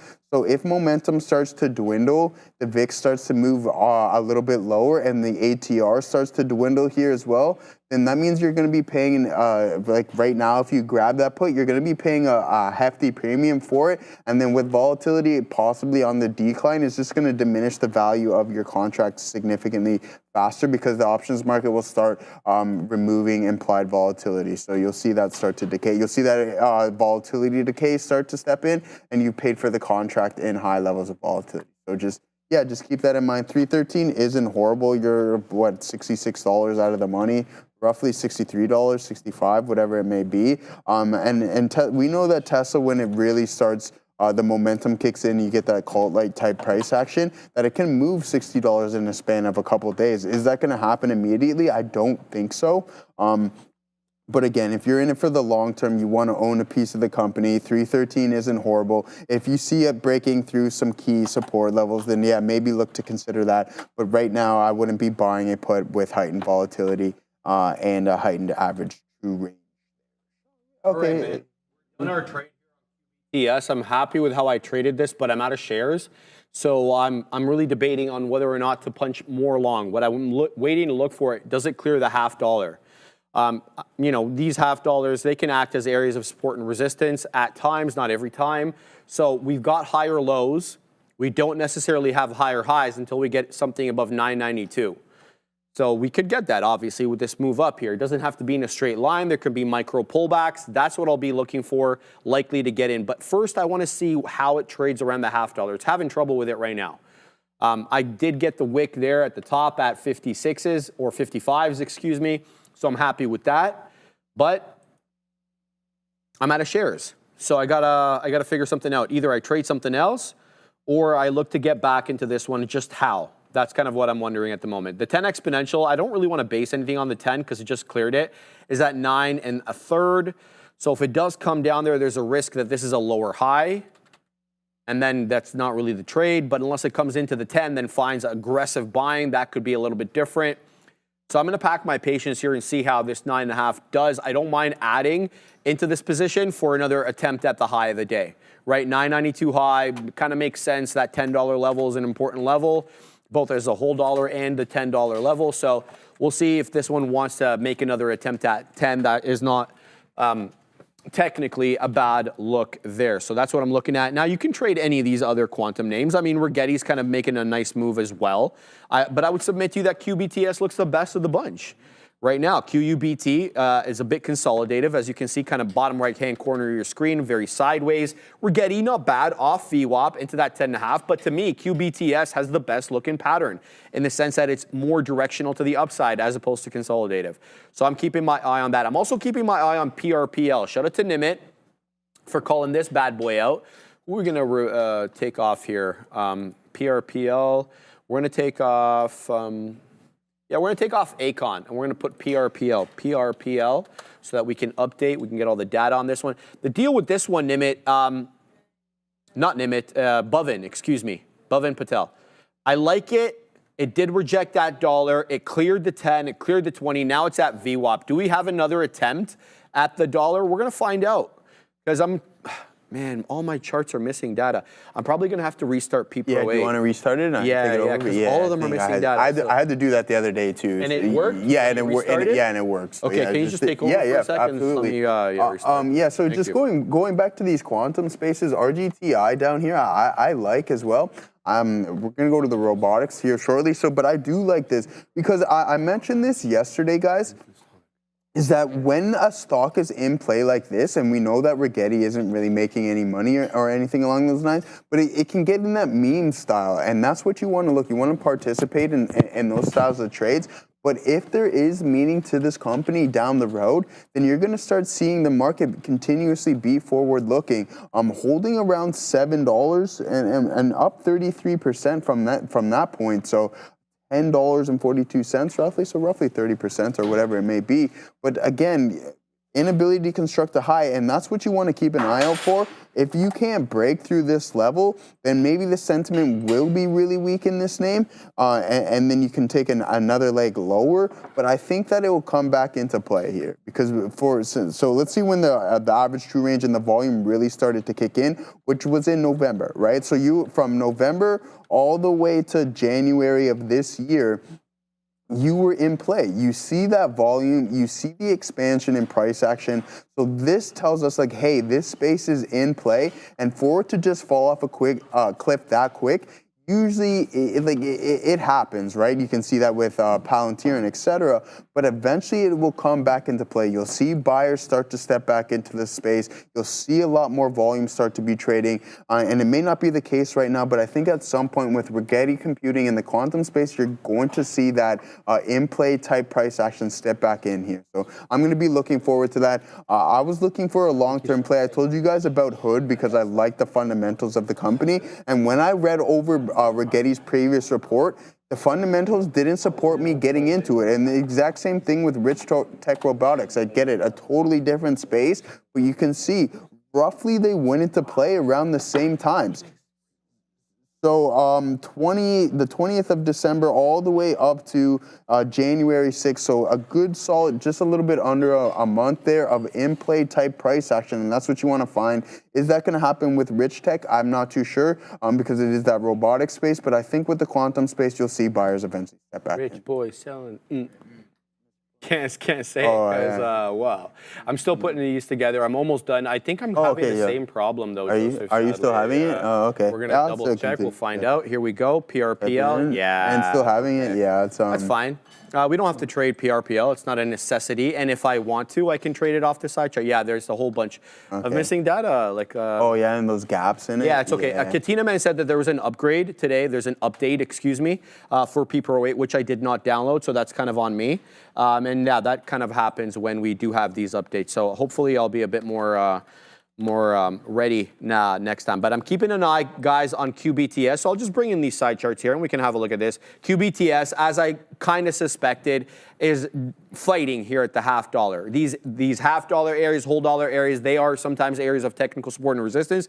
But if I see a move up and a close above the half dollar, then I'll perceive this to have been a micro pullback on a larger move up. Just because we're getting a couple of candles at the half dollar doesn't mean it's the end of the matter. If we close above the half dollar with a green candle, I'm getting along QBTS. Yeah, I mean, I can build my position also here, and then I can stop out below the third of a dollar, but then I'll give some money back. So that's my thinking right now. I'm all eyes on QBTS. It seems like it is the day to trade these quantum stocks, and if they're in vogue, then I'm all ears and eyes and whatever else. Safe. Sharif.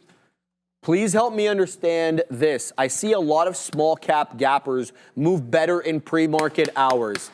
But problem is, no active stop loss orders at IBK are pre-market anyway to manage risk. Thank you very much, Safe, for bringing that up. I did an entire lesson on this a long time ago. If you are going to use stop losses in the pre-market, in the aftermarket, they have to be limit stops. Okay? Market stops will not work in the pre-market, in the aftermarket. It just doesn't work that way. And I had an argument with this guy who was insistent that, remember that, Adara? Who was insistent that pre-market limit stops don't work. I literally had to come into work, punch into a position, record my screen doing what I did, and then show it live. So they do work. I'm going to show you how to do this safe, super quick. All right, let's bring in the side chart over here. Let's pretend we're going to trade QBTS. And I'm going to show you what to do in the pre, okay? Super simple. So you want to get long a stock, right? I can get long here, obviously, because this is sim mode for me on my platform. That's a sell order. Let's get rid of that. Okay, so we're going to put a buy order. All right, safe. Let's just get in. Let's put a buy here. Let's trigger it. All right, now we're long. We're long 100 shares of QBTS at 39. Now, what I would do to place a stop, sell order. Let's say I want to get out below VWAP, safe, okay? So I'm going to put it at 8.99. I right-click the red line, modify, order ticket, go here, change to stop limit. Look, when I change it to stop limit, it gives me two prices safe. The limit price and the stop price. The stop price is the trigger. It tells the computer sell. The limit price is sell up to this price. I always like to keep a bit of a variance between the two because sometimes there's illiquidity. So let's put that to 91. That way we've got an 8-penny spread. If you use this stop limit order, it will trigger in the pre-market. The way to know it's a stop limit and not a market stop is you're gonna have two data points you've gotta enter. The stop price and the limit price. If you only see one price, that's a market order, okay? And that will not trigger in the pre-market. It will not trigger in the aftermarket. You have to use stop limit orders in the pre in order to get triggered. I hope that helps. Jorge Bados, excuse me, I didn't mean to call you George. Jorge Bados, $20 super chat. My man is dropping cash in the chat. Hey guys, greetings from California. This super chat, it's for Joe, so he can go and grab lunch. I made my week today of DocuSign, TA? DocuSign, okay, Yeah, DocuSign, TA from Joe. Thank you, Joe. You're making these people cash in the chat. And now we're gonna have to ante up $20 for you, 20 US, by the way. Damn. Get yourself some food. You wanna share any of that food? Yeah, with you, of course. Hey. Man. Come on, man. What kind of question is that? Yeah. We should mention that Google takes 30% of that right off So I'm the top. tariffed right off the top there. That's a right? tariff. It's a Google tariff. Tax there, consumption tax. All right. Thank you for that, though. Yeah, definitely. Thank you. Hamada, the guy that claimed limit orders don't work in the after pre-market was likely the person from not inputting a correct price due to the spread. Yeah, that does make sense. I don't know why he kept arguing about that, but he did, and it became a whole thing. Yeah, it did happen there. Zero Gravity Zen Sharif, what most people miss is that the low liquidity and the spread, absolutely, sir, if you place a stop limit order, let's say with a 5-penny spread between the trigger and the limit, if all the orders between that 5 pennies, say from $9.99 down to $9.94, okay? If all those orders get taken out by one big order, your order won't get triggered. Your stop limit order won't get triggered. So you have to account for the spread. Give it a wide spread. Tell the computer, sell at $9.99, but pay as low as $9.88. Give it like 11 pennies, okay? Give yourself the peace of mind in the morning, okay? Shout out to you, Safe. No problem there. My main man, Adam Duluce, always the OG that he is in the chat. Shout out to Adam. We miss you around here, brother. What do you got, Joe? Yeah, big time. Miss ADL, man. Yeah, exactly. Congratulations, Jorge. Adam Duluce, pure class over there on the other side of the pond, guys. Not so it's later for him. I think it's probably around, what, 5 or 6 o'clock, I think. Easy, bro. Over there in the England. Yeah, tea time, I guess, is high tea, maybe. Did you used to have a lot of high tea when you were in England? No, man. You didn't have high tea? You were in high tea? All right.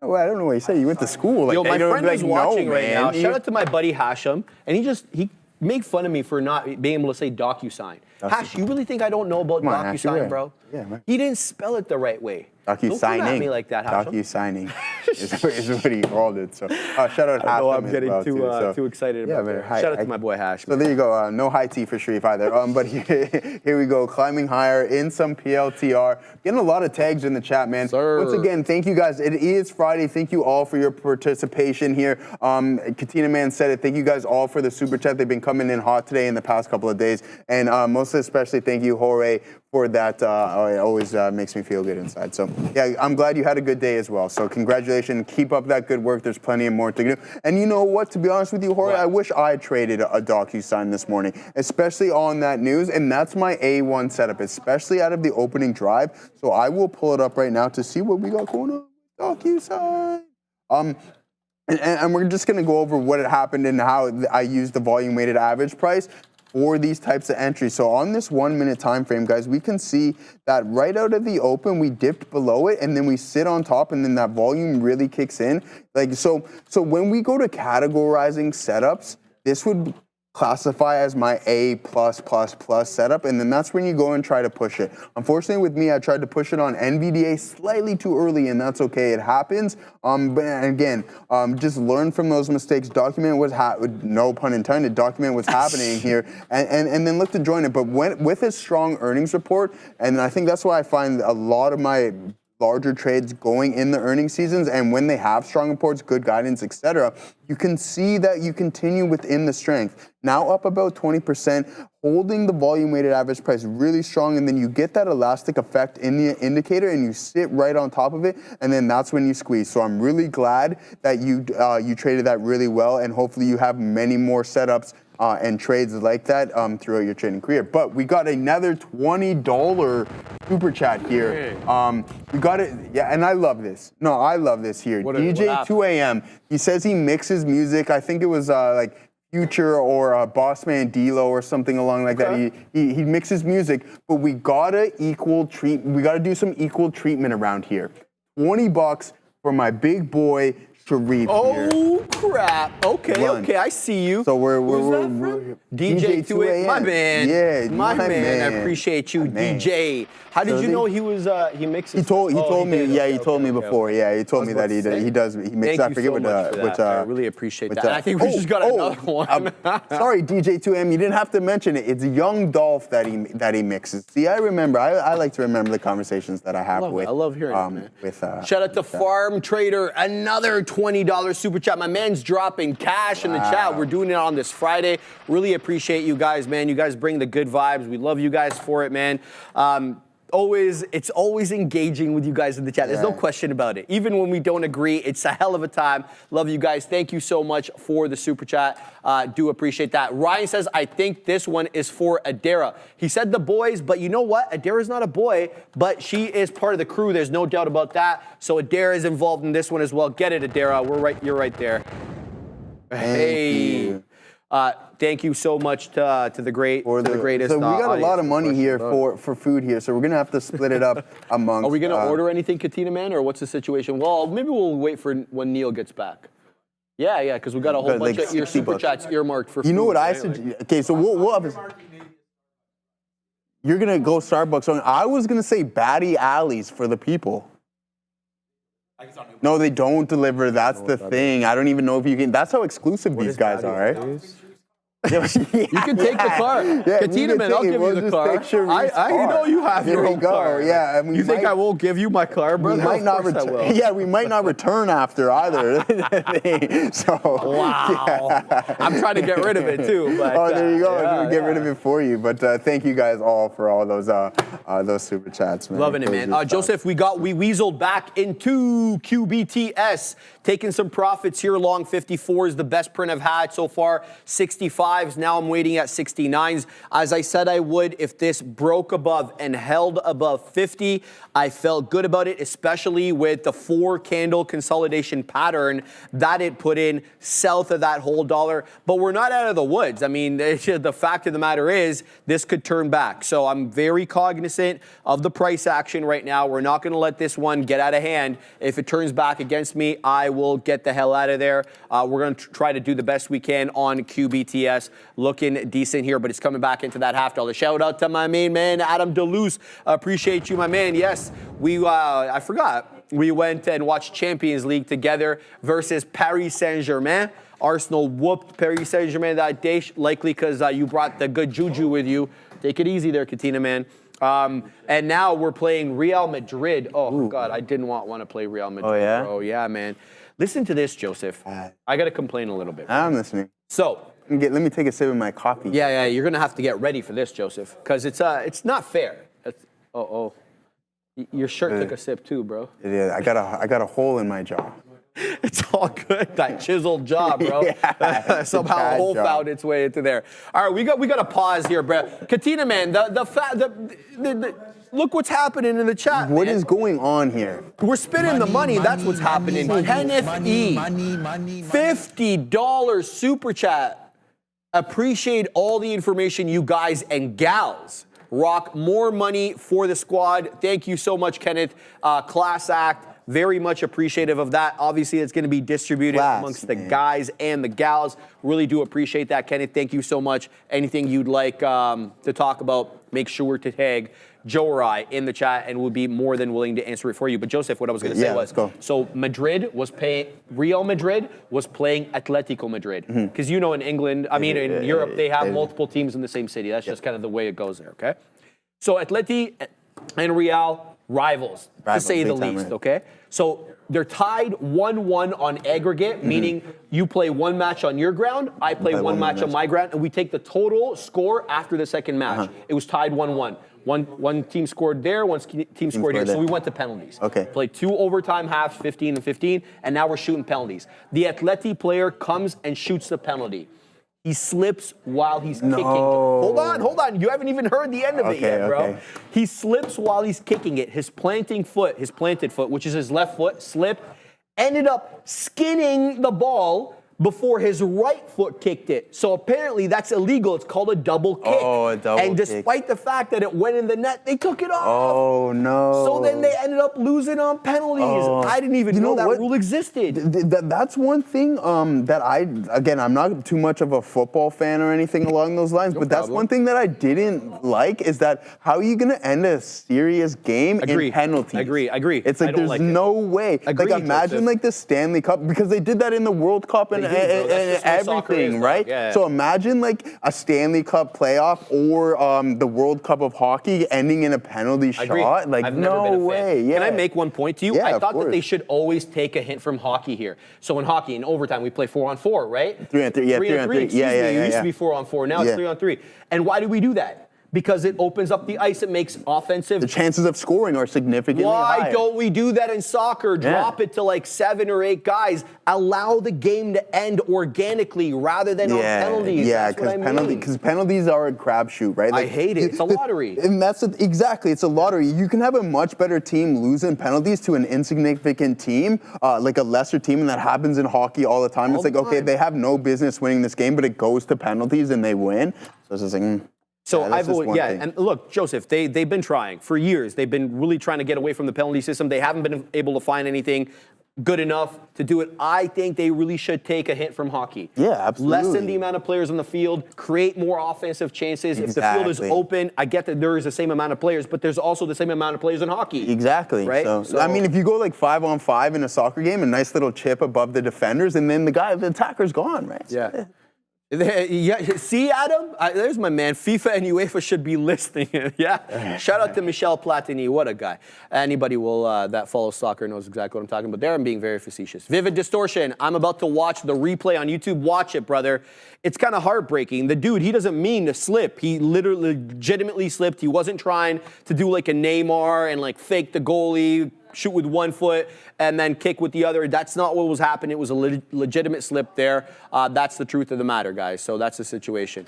Pathek, let's get back to some trading, I guess. Yeah. Pathek, what's Meta doing, boys? Are you still bullish on Meta to work up to that 615, 620 area? Let's have a look at Meta.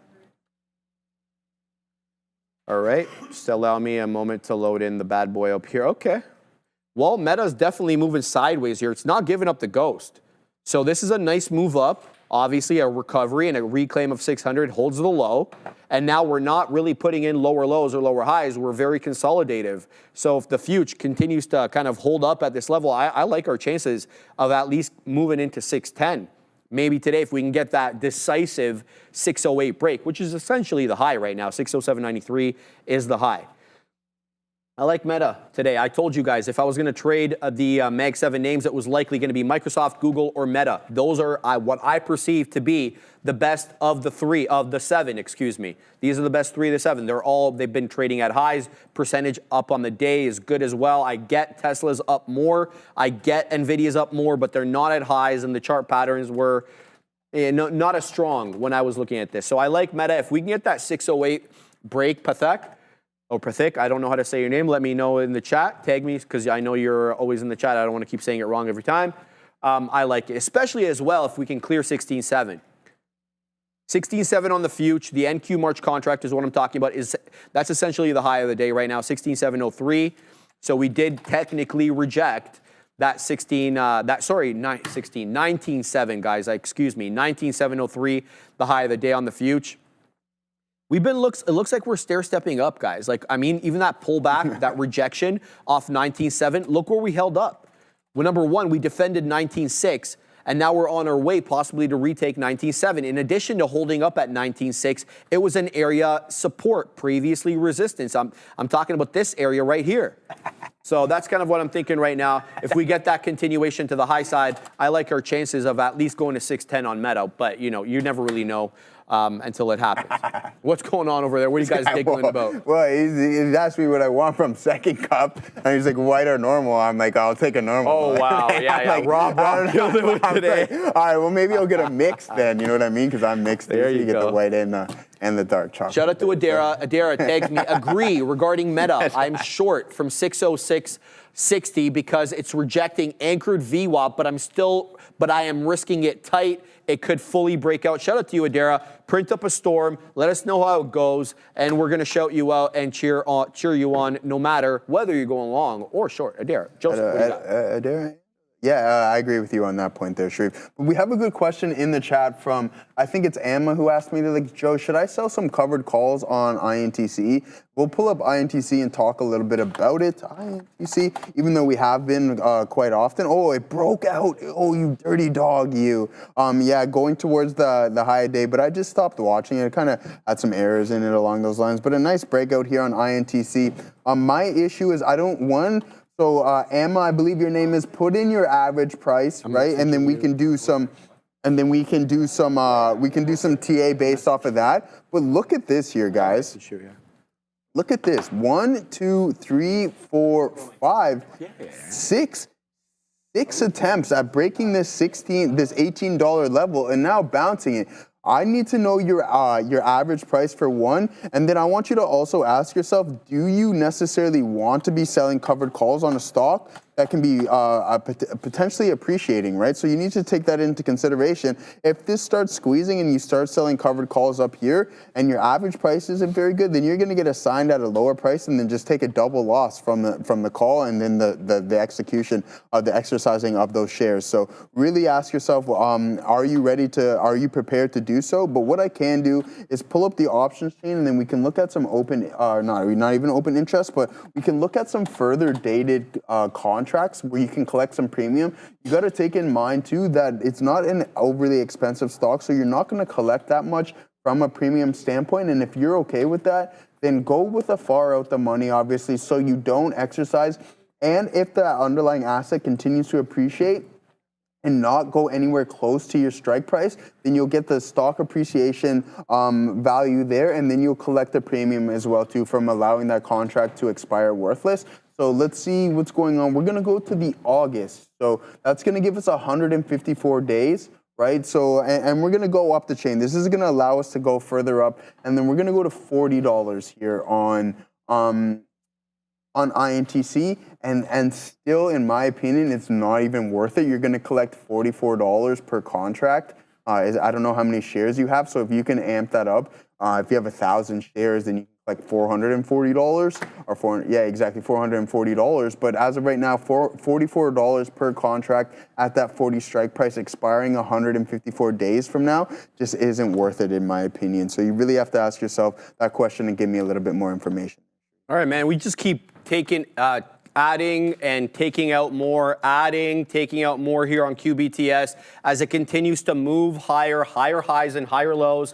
Let's now wait at 75s. I got a couple of dip trades here in the mid 50s that neither of them are printing because it's not coming down into that level. I'm going to leave the dip trades active because, in my opinion, they are sound. They are sound levels in the sense that they look to bounce off the 10 exponential moving average, of which QBTS has been very respectful. So let's just go with what's been working and see if we can wet the beak. All right, so here we go. We're moving on up into that 75 penny area. I think the high of this current candle is 73. So we're a couple of shekels away from that level. Let's pack our patience and see what comes.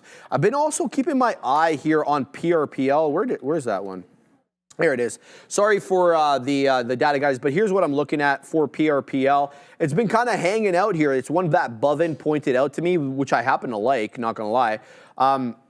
Despite the fact that it's south of $1, I feel it might be consolidating here for another attempt at that dollar. So it had a double top.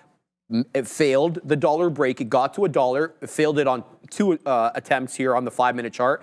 But it's been holding at the volume weighted average price for almost now 45 minutes. I mean, it weaseled down at 12:15. We're about 7 minutes away from 1 o'clock. So it's been holding the level. Does it behoove me here to start building my position at 89 pennies, 90 pennies for a possible attempt or a second attempt or a third attempt if you're considering these two for that dollar? And even if it doesn't breach $1, it gives me 10 pennies worth of possible room over here. So I'm all eyes, baby. We're going to see exactly what we get here on IRBT. Hopefully we'll be able to execute well on it.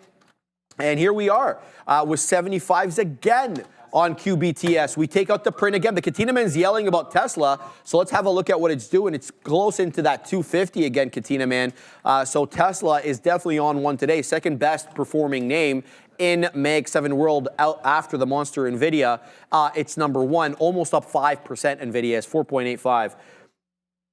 Love these spam calls. Bro, Toronto, if you have a Toronto number, man, let me tell you, if you got a 416 number, I just think they spam all the 416 numbers possible because the amount of spam calls I get on a daily basis. You ever mess with them?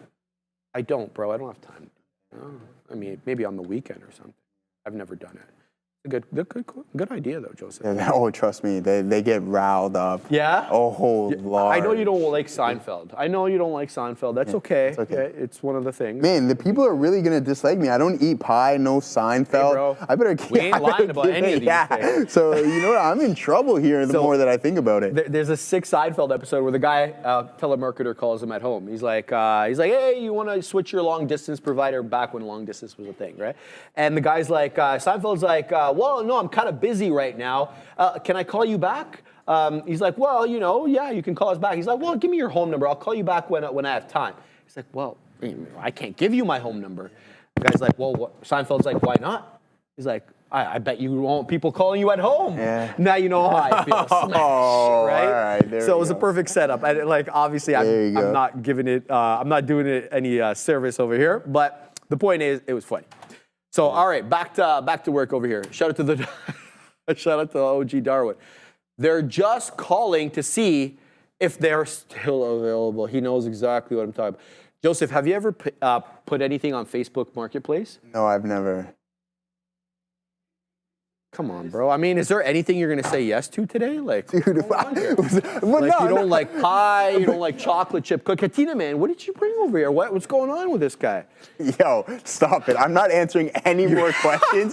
That's done. Don't ask me anything. You haven't put anything? Okay, but what am I going to sell, though? I don't know, like brother. Shoes, anything you got for sale. But here, listen, hopefully this will turn the right leaf here. I'm more of a donation type guy. I'll donate to Goodwill. Okay, I'm not going to sell it. Yeah, now you're going to make us feel bad about ourselves. There you go. You're going to make us feel bad now. Yeah, exactly. See, Sharif, yeah, so there you go. So Sharif's over here trying to sell stuff, and like I'm giving it away. Like an animal, I'm trying to get my money back. So there we go. All right, so there is like this pre-programmed button on Marketplace that says, is it still available? So when you post anything, you're inundated with like 100 messages in a row. Is it still available? Yeah. Is it still available? Right, which drives me insane, right? Drives me mad.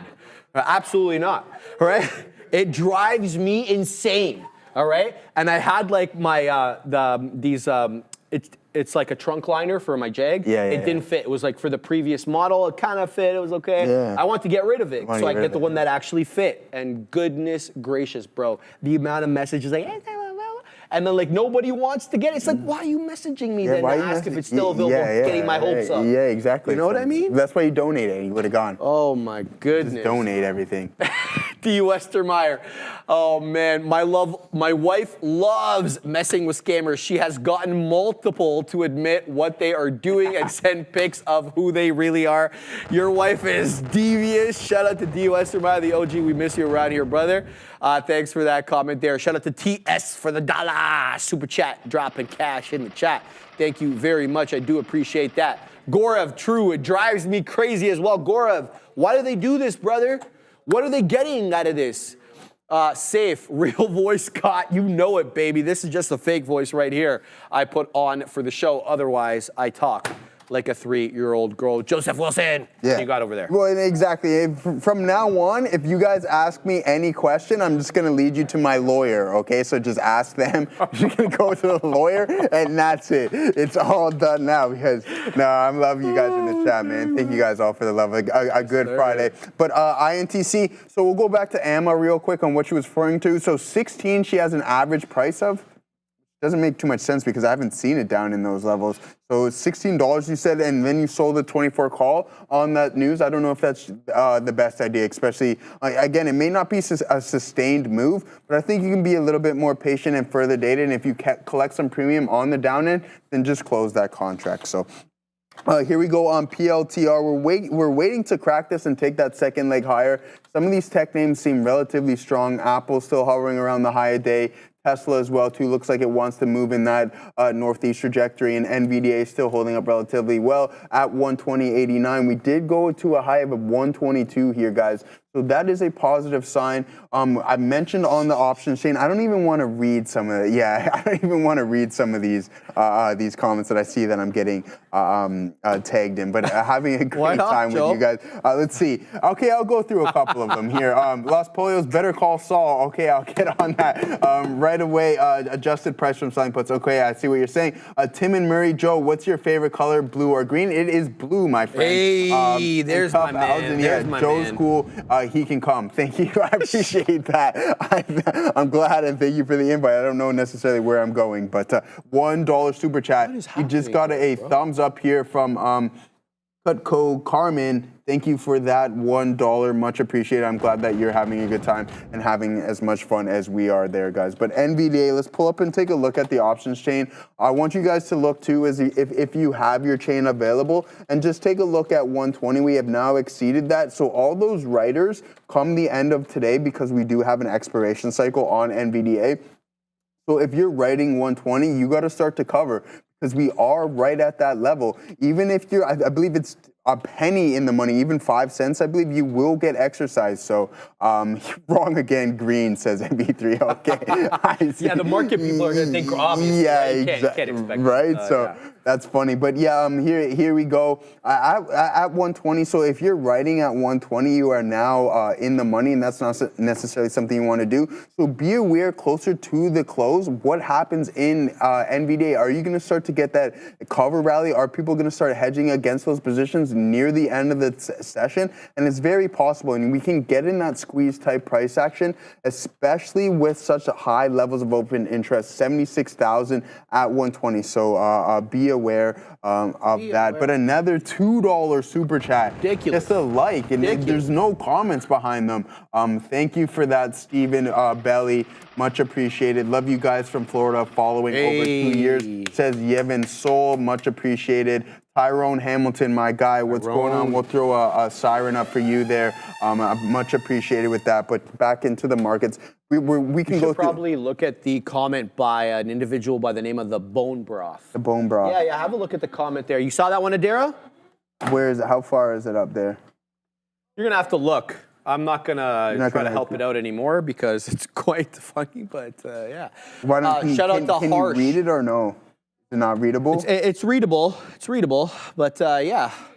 I'll send it to you after. Yeah. Here it is. Shout out to Harsh. Here we're going to look at NVNI, my man. Good call out there. It's not one that I would trade, you know. It's well south of $1. This is trading at 30 pennies. Usually, you know, if it's going to be near that dollar, then we can talk about it there. I'll just send it to you, Joe. So hold on. I just seen him say LOL. I didn't see anything else. No. Yeah. There was plenty more there. There's plenty more. Yeah, Adara, can you send it to him? Oh, okay. That's fine. I can take screenshots. I got it. There's a quick send. Here it is. All right, Joseph Wilson. It's going in the chat right now. Bone Broth, are we going to be friends after this? Well, you just check the chat. Yeah. All right, so NVNI, good look there, Harsh. But like I was telling you in the chat between you and I like that 30 area or more ideally that 29 penny area for NVNI. The reason I like 29 is because it's an area rejection as well as it's overlapping with the volume weighted average price. So clearly, you know, we're still on the way up here onto 32 pennies, give or take, with that 33 penny being the high. I didn't get it. Okay, how did you not get it, bro? It's there it is. There it is. Go ahead. I didn't hit that send. yeah. Sorry, bro. There you go. I'm an idiot. NVNI. So yeah, good look there, but I think I'm just gonna stay away from that one. Thank you to Harsh for showing that one out there. Roland Joe, Sheriff, you've been trading only small caps now for some time. Does it make you tougher? Does it make it tougher to readjust when trading? Yes. Trading big caps. Yes, absolutely agree with you. Like I'll come into a big cap and then, you know, I'll have my brain still programmed at area support and resistance in the way that I would be looking for it on the small cap gappers, and it doesn't work that way. The cookie doesn't crumble in the same way. Absolutely agree with that comment. And to answer your question in the affirmative, yes, it does for me. What I really try to help myself with is to try to get these very established areas of support and resistance on the large caps, right? Like that closing print on the day or the volume weighted average price, something that is well established, not an intraday level as much as I would with the small cap gappers. The small cap gappers, I'll feel much more confident taking an intraday level, knowing that it might reject off that area or bounce off that area. With the large caps, I don't feel it's the same way all the time. So yes, to answer your question in the affirmative. Everybody wants to know. Yeah, everybody wants to know, man. Someone asked me that this morning as well. I want to know. All right, PRPL is breaking down, but I saw you guys yell about RGC. And so I just want to talk about RGC for a moment because I do believe it did halt to the top side there. Let's have a look at the one. Yeah. So this one was doing almost bupkis. And then for whatever reason at 1252, it got a whole bunch of volume there, which caused this one to halt at 1390. It's halted. Let me just make sure that that's accurate. Insert row RGC. Yes, this is no, this is not halted. This is technically down 10%. The closing print on this, guys, is around $14. So I get that this did halt to the high side. It's negative on the day. It's below the halt level. Definitely not going to be interested in this one.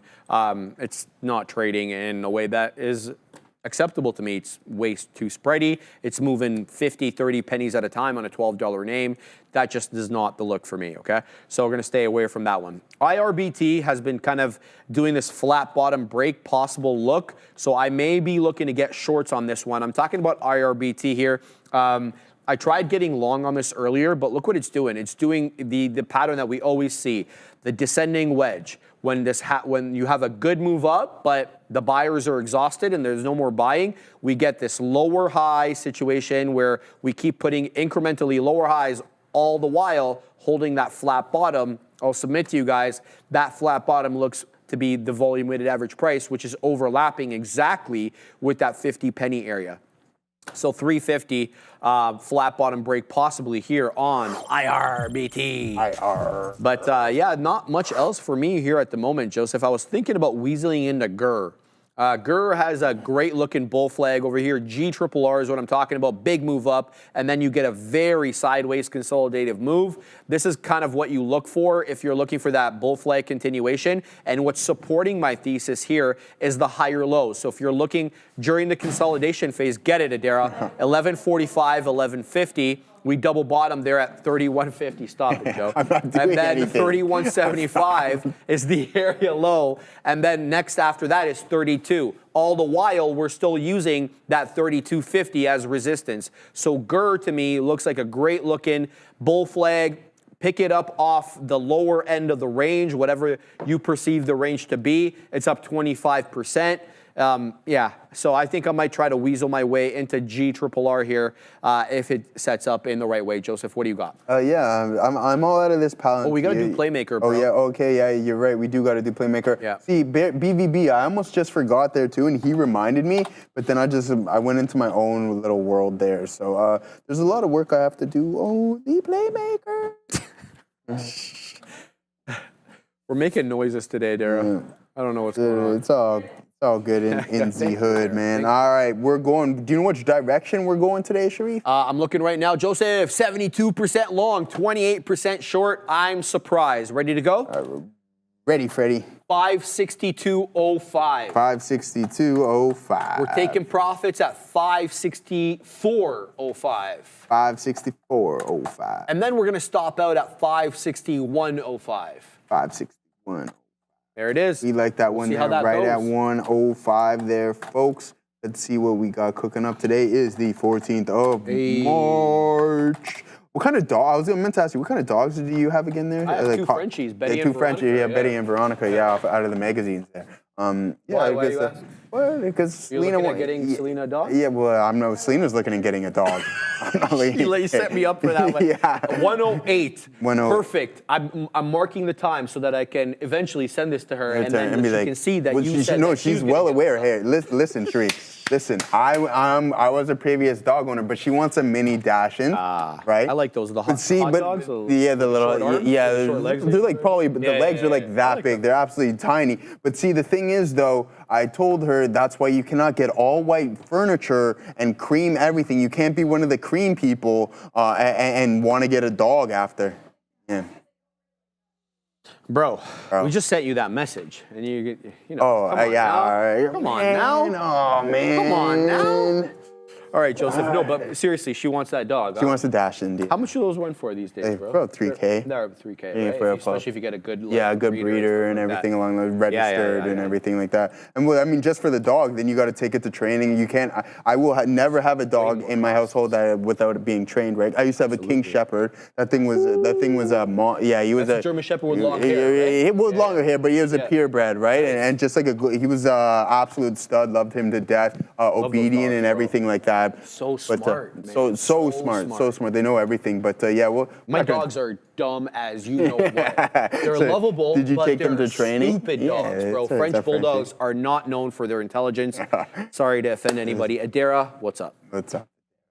What's up here is keep an eye on FNMA and FMCC. So Fannie Mae and Freddie Mac apparently pulled to here saying that they had good conversations with the Fannie Mae CEO and the Freddie Mac CEO and looks forward to working with them. This is kind of a follow-up catalyst from yesterday. We had heard talks of this yesterday. Now it seems like these conversations have gone through. And FNMA, FMCC, both on watch. Back to you. For sure, I'll find out. All right, so I'll just read it out, and then you can kind of go there. Shout out to Steven. Thank you very much, Steven, for that $4.99 super chat. Kind of you. I bought NVIDIA 130, share foolish. Should I sell or wait to try to get my money back? That's a great question. It's one that we always get, and we go through ourselves. You bought NVIDIA at 130 bucks. Let's do some technicals on this bad boy over here and see where we are within the range. So this is the daily on NVIDIA, and you can kind of tell we're a bit of a range. We're still above September lows. So September lows took us about to that $100 area. We got close to that 105. And now we're bouncing into with a high of 121. You're not that far away from that 130. But we do have lower highs. That's the thing, man. I mean, if you're looking at this area crest from January, I believe that was all-time highs January 7th. We got into 153.74, and it's been lower high, and lower lows during this entire time. It does seem like a bit of a downward channel here on NVIDIA. You're going to have to draw multiple lines because there are different areas over here where this is relevant. So if you were to get to the top end of this upper trend line, that would take you back to $130. I'm not going to give you financial advice, but if you are basing it on technicals, and you know a lot of trading is obviously, these are the lows. We're defending the lows. You can kind of see that over and over. We're rejecting the highs. If you believe in this upper trend line, we will get close to that 130 for you to break even. Whether or not we get there, an entirely different story. We're above this trend line. I would say this trend line was relevant earlier, and now it's acting as a line of best fit. Kind of like that. What do they call those? The word I'm looking for there. I forget the name. I'll get it in a second. We'll call it the line of best fit for now. But yeah, the upper trend line rejects at 130. So if it does move up there, I don't know. I'd be getting flat, and then I'd be looking for a higher high before I get long again. That'd be above 142. That's just my take on it. Let me know how you end up doing. I hope everything works out for you on that. Just gonna shout out one more super chat before we go to Derek, because there's a few. Over here, shout out to DJ 2 a.m. Another $1 super chat. Appreciate that. He drops another $1 super chat after that as well. He's dropping super chats galore. And now that we've shutted him out, we're going to send it to Adair at the big desk. It's worth noting here, we have the first ever speech from new Prime Minister of Canada, at least briefly here, appointed Mark Carney. He's saying right now that apparently one of the things they're going to be focusing on for his administration, however brief it may be, is apparently working on protecting Canadians from unjustifiable trade action. So he's going after tariffs a little bit here. Worth noting that he is speaking because this might move the market, if anything, major or clear on tariffs. As mentioned, he's not been super specific yet. So he's speaking a whole bunch in English, and he'll speak a whole bunch in French. It seems like it's the same speech in both languages. If anything of note comes up, I'm going to let you guys know, but I do think it's worth noting that he's speaking. Back to you. I want to touch on something here real quick, Sharif. It says that I'm short Palantir. Guys, I'm not short Palantir. It's just when I got out of the position, for some reason it flipped, and it's just been hovering around there. So I'm not short Palantir. I was long it earlier. So I'm actually flat. I'm not in any positions just quite yet. But yeah, Sharif, you went over the each $2 super chat, or $1 super chat. DJ 2 a.m. said he was trying to make it rain by throwing ones, right? So Getty was throwing it, but he's like, he said Google wouldn't allow, YouTube wouldn't let him allow him to do anymore. So thank you for that, guys. They've been raining in today. I can't emphasize enough on how appreciative Sharif and I and even everybody on the team are about those, because you guys gave us about probably close to $100 in food here. And you know how we went with the wings last time, right? Sure. I suggested that we do Batty Alleys maybe next time or something. Maybe, but again, that's just me. I suggested we got to have a majority of votes. Stupid. Okay, Batty Alleys. I don't know what that is. It's like quality Italian pizza. Ah. Yeah, high quality stuff there. It's like it's probably the best pizza shop in Toronto, I think. Really? Yeah, Dave Portnoy. Yeah. Is that the one Portnoy reviewed when he was here? On Dovercourt there. Yeah, when he was here, he did it. So okay, I do remember that one. Yeah. Ramin, I heard you in the background. You go, name me a better pizza store than Batty Alleys. I'm listening. Lamont on Bloor. Okay, we'll go test that one out. I guess Bloor, College Street, there's some good pizza shops as well there. So yeah, good point there, Ramin. So yeah, we'll take that in. Maybe we'll get a little bit of both here, because Batty Alleys is really exclusive and you have to order like 5-6 hours in advance. Dang. Yeah, it's really busy. But yeah, guys, here we are in Tesla. Back to the market. Tesla continuing to grind higher. This is a good look for this name.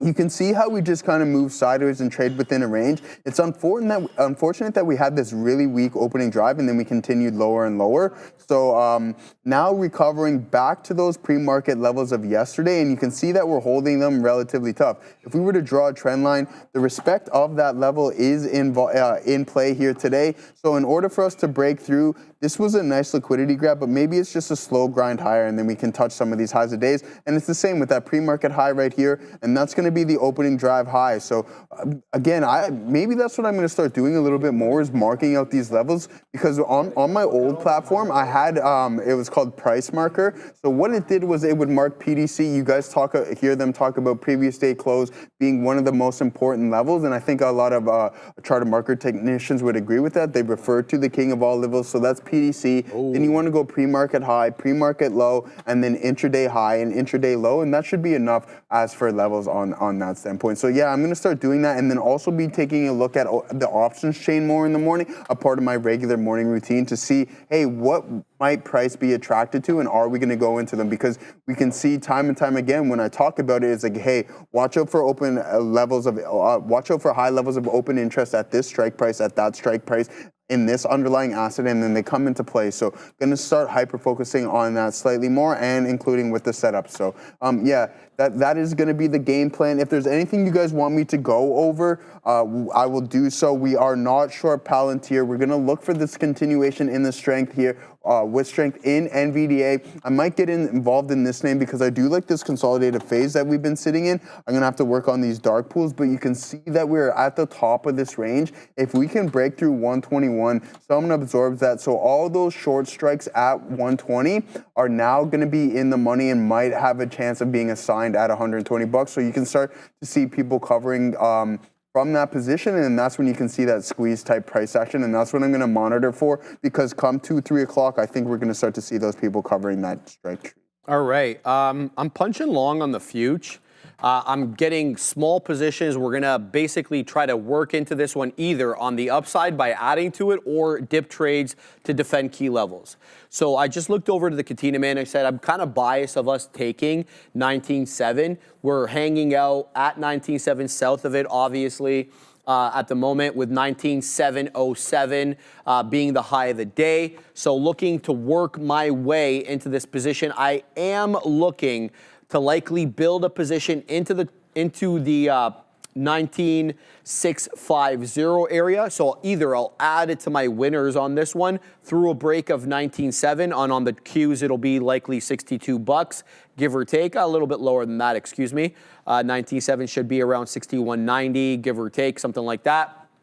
Or we'll build a position into key areas of support, obviously, with that ultimate out being in focus as well. We're also long QBTS, got back into this one, wet the beak there as it popped into 60s. We're long 52s. I don't have any DCA plans, though, for QBTS at the moment. So this one's really going to have to go. I mean, it's had a great run of today, I guess. And what I'm concerned in 80s or 78s for the moment, and I underline this really here, for the moment, it's holding the 20 exponential moving average, but I've put my stop below 40. So if we break down below that 40, I will get out. Where I will look to get back in likely on QBTS is what I did before, was the volume weighted average price. Previously was at 9, now VWAP showing itself to be around 910. So that's what I'm looking at. That's what I'm thinking right now on these bad boys. I got really nothing to report on other than those two. We'll see which one works out. So we're long now the Qs at 66s, 61, 66s. So I will be looking to build my position into about 19,650. I am concerned also about a double top on the future, even though we have higher lows. So I just gotta make all the contingency plans for myself over here. So this is a look, this is a double top, kind of. You add an attempt at 19.7 over here, multiple attempts at 19.7 over here, all of which rejected. But for the moment, we have higher lows.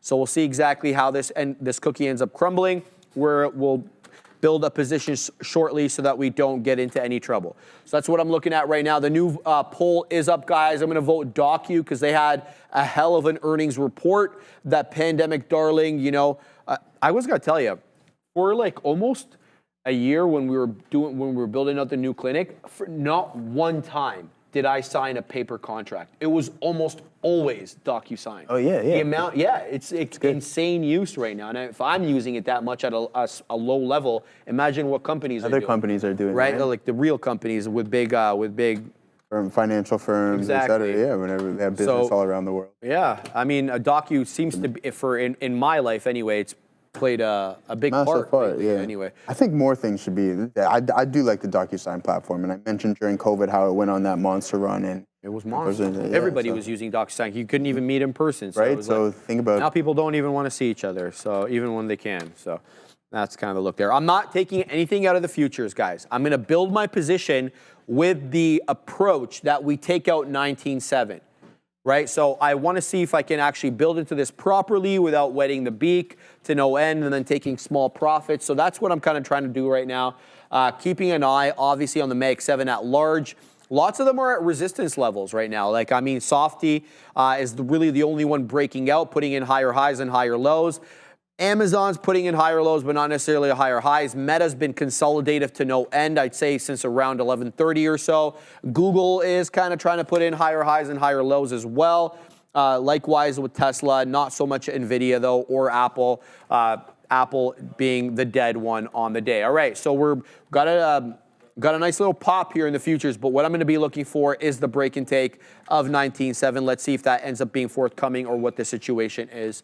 That's what I'm doing right now. Oh, what happened, Los Palmos Hermanos? Wow, Sharif hit me hard on that. What do you mean? What'd I do? What'd I say, Joseph? I don't know, brother. I don't know what I did. Apparently I did something. I know, right? Katina, man, I hard, apologize man. about that in advance to anybody who's offended by what I didn't or did or didn't do. So I know, right, Fabian? How could I? Sharif, Adobe and UiPath is strong. Let's have a look. So Adobe was an earnings loser from the day before yesterday. We reported on it. We reported on it yesterday. As you can see there's the algo spike into the pop, and then the drop, and then this was yesterday's price action. So it looks like a bit of a relief rally. Still very much an inside day today when you look at the daily chart, ensconced by yesterday's highs and lows. So an inside day, no question. Look, what do we got here in terms of the trend? Good looking trend, no doubt about that. Good respect for the 10 exponential moving average on the 5, no doubt about that. Coming into that 395 area, still well below that, I want to say 420 area that we've been defending. That kind of looks like it would be the neckline of a rounded bottom, right? Because we know the rounded bottom is kind of identified by its neckline. And if I had to choose right now, based on previous price action, that neckline looks to be around 420 bucks. All right, TQ, zigging and zagging. We're putting in lower highs now, guys. So I am a little concerned with the triple Qs in the futures. We've got a lot of downward pressure into 19.7s. Basically, since we put in the high at 1 o'clock on the dot, we have been putting in incrementally lower highs on the futures. And obviously, by extension of that, the T triple Qs. So I'm going to keep my eye very much on this one to make sure things don't get out of hand here. As I see QBTS as well lose 50. So that one didn't drop too many times below that 50 penny level, 950 I'm talking about on QBTS. Yeah, I feel like we're probably going to turn down here, Joseph. So I think I might get out of the futures if it pops up into my level. We're kind of putting a double top. It really does feel like this might end up being a double top here on the NQ, with 19.7 being that top end area. We'll have to wait and see. Obviously, the confirmation is going to be this neckline break. I do like how this double bottom here on the NQ at 12.25 and 12.30 did find support at the previous area high. I'm talking about that 19.6 dip and pop into 19.7.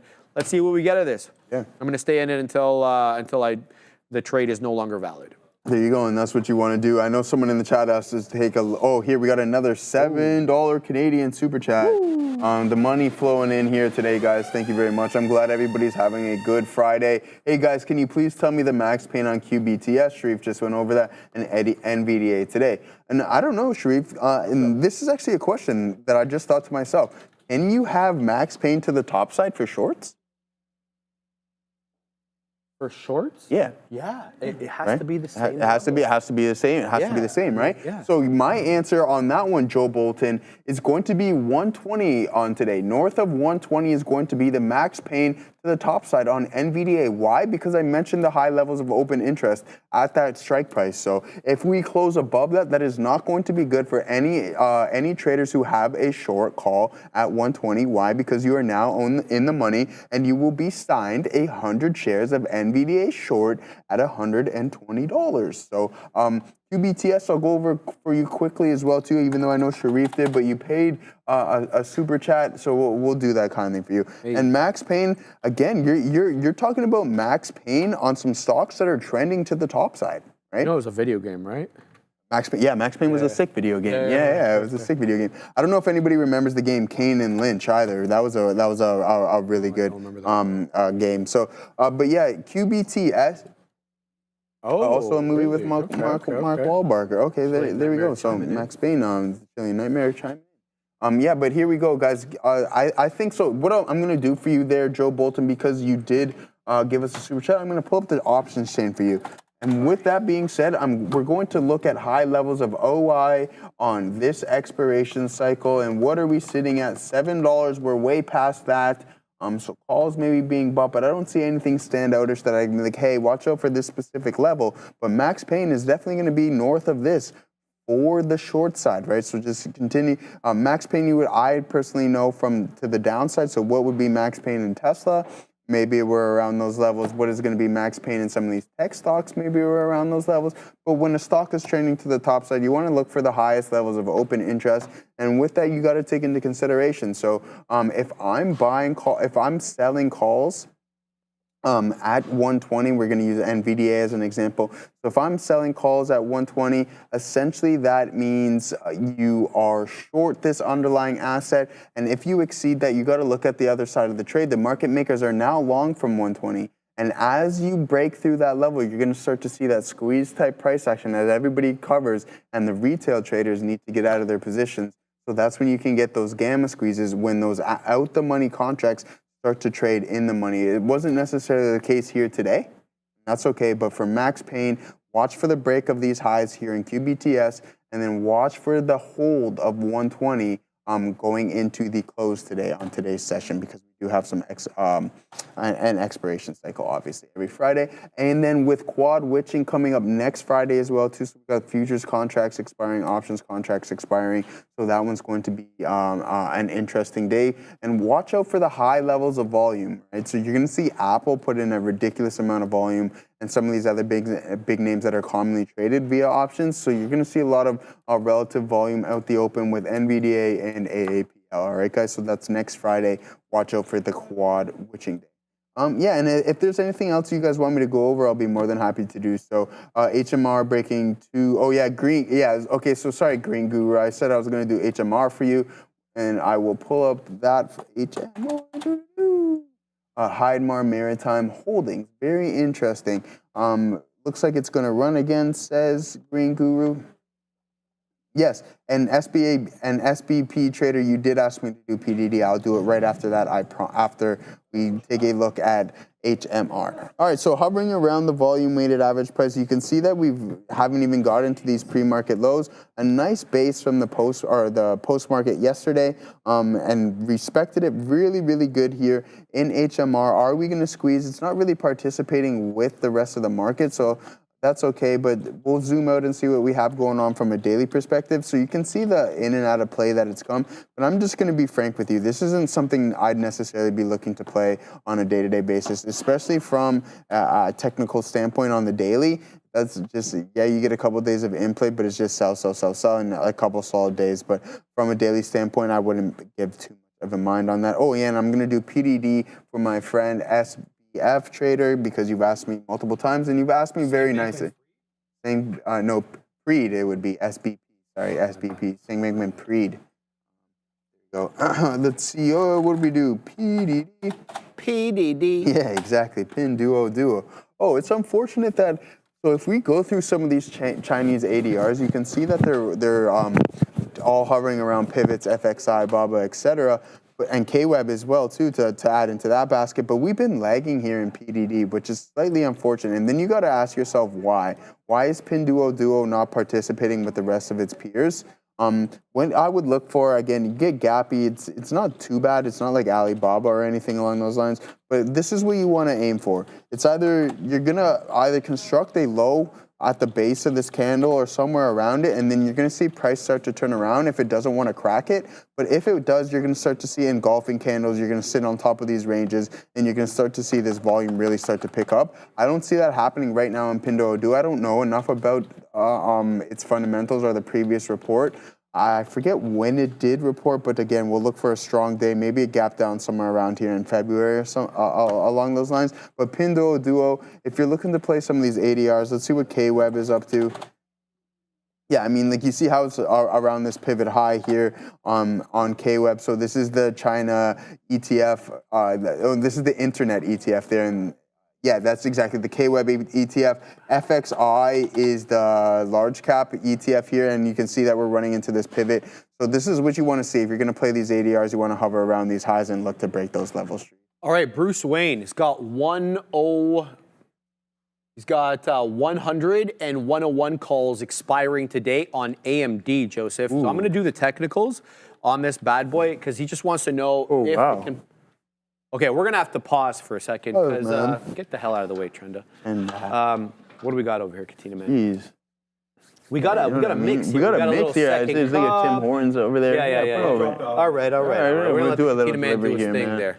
That looks good though, bro. What would you get? Americano. Ooh, that's just black, no? That's just a black coffee. With a little sweetener and a little almond. Oh, okay, all right. I don't actually have pure black coffee. I know a lot of the OGs I like to. Yeah, that's how I would like to take my coffee. Yeah. I need a little sweetener in it, homie. Yeah, I've been off the sugar train as well too. I know I got a hot chocolate coming, and they insisted that I get one, but no sugar in that. Yeah, no sugar. Yeah, exactly. But the past 3 weeks, only water. Sarcasm. I could do that with Adara, and she could stare at me for 5 seconds. But there is sugar. Yeah. I know. Yeah, she doesn't get it, but that's okay. It's all good. What? They ran out of almond milk. They put oat milk? That's okay. Is it? I told them if it wasn't, I was coming. Is it? I've never had oat milk in my life. I'm going to give it a try, Katina, man. Why not? Thank you very much, brother, for going and making the effort. I do appreciate that, obviously. There. Thank you to the Katina man, doing the absolute most in a fantastic way. But we're going to look at AMD for Bruce Wayne over here, Joseph. So you're well in the money over here, Bruce, on AMD, being into $100. You have $100 calls. Guys, can I show the chart? Thanks, brother. I appreciate 101 and 100 calls on AMD. Guys, chart please. Chart, please, and thank you. Thank All right, here we go. So AMD, we already have a high a day of 101.22. So if we definitely get a buy, an aggressive buy into the, an order imbalance into the close, I think we hit 101 easy. We're defending 100. To break below 100, we'd have to lose the volume weighted average price. That would probably mean the future's turning back around, which it kind of is. Because I'm in a futures position right now that I'm building into. As you can see there, we're long 51s. We're out of the money. As it comes down, my out is below 61. So I'm looking to build my position into 61, taking little bits at a time. But a breach of 61, I'm gone. So to answer your question, it's really going to depend on what the futures do today. If the futures can continue to move up, especially if we can take out 19.7 on the March contract, the NQ March contract, I think you probably get that 101 strike.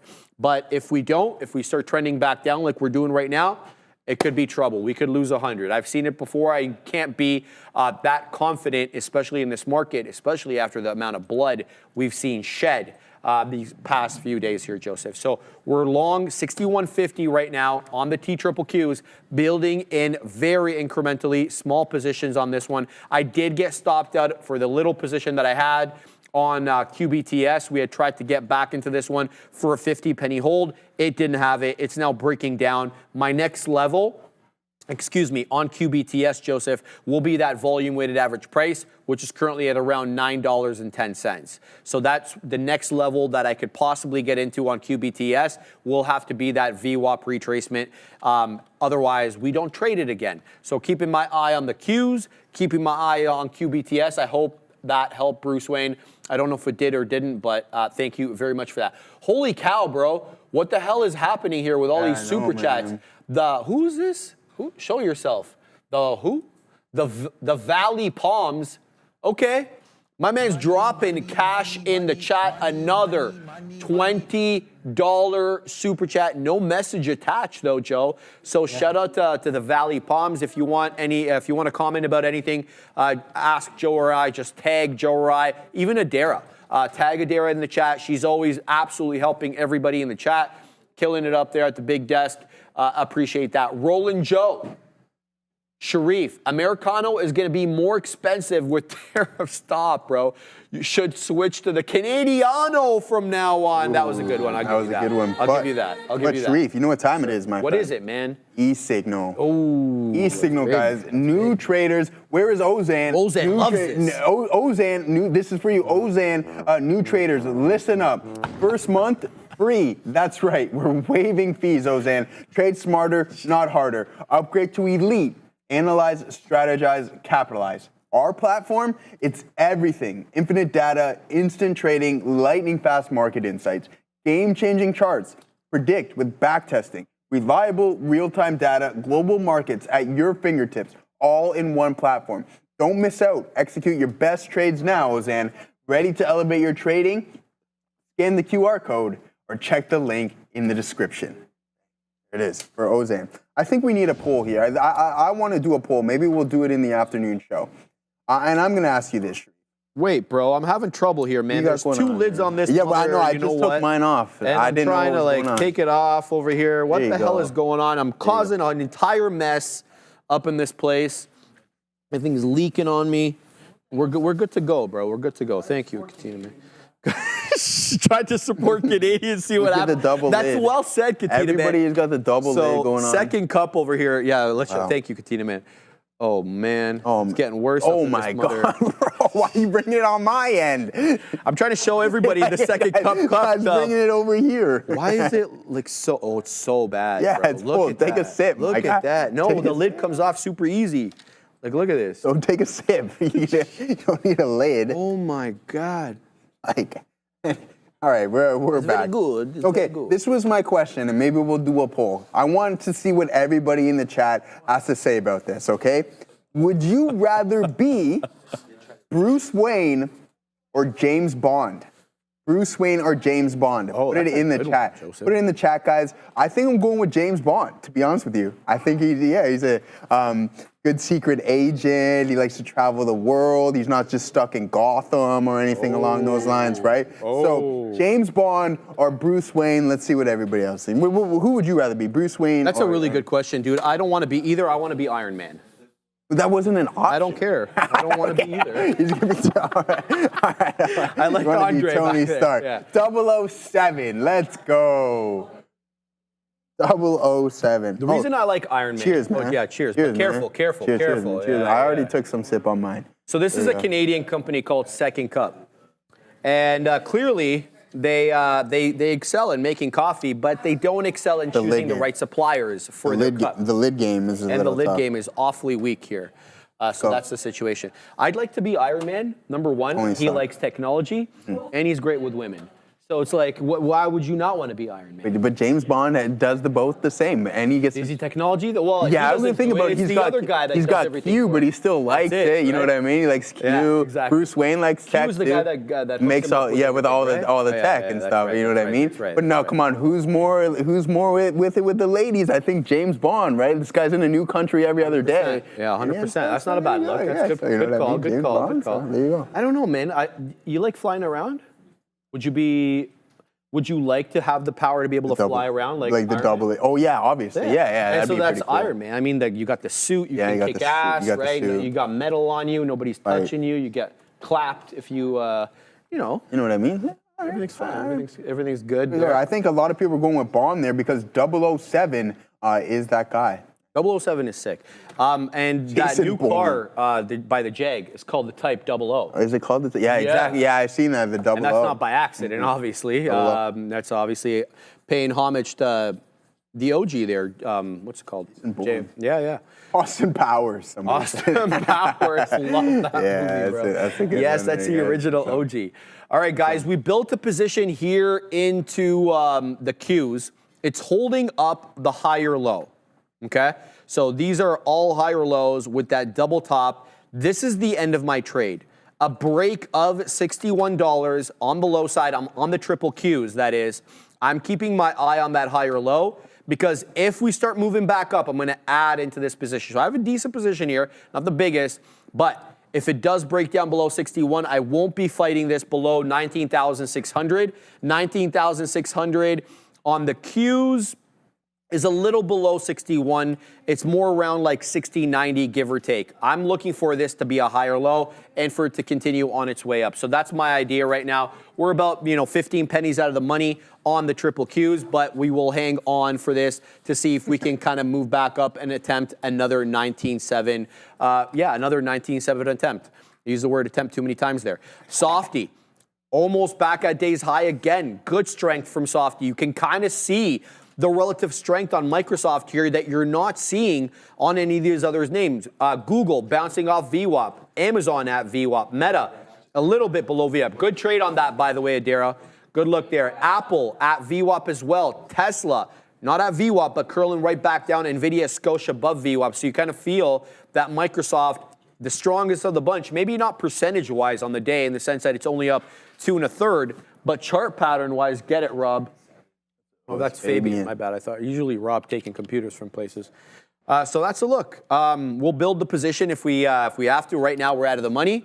but I'm going to continue to hold this one until until we make a lower low. That lower low comes below $61. So that's my look right there. Let's see what else everybody's talking about.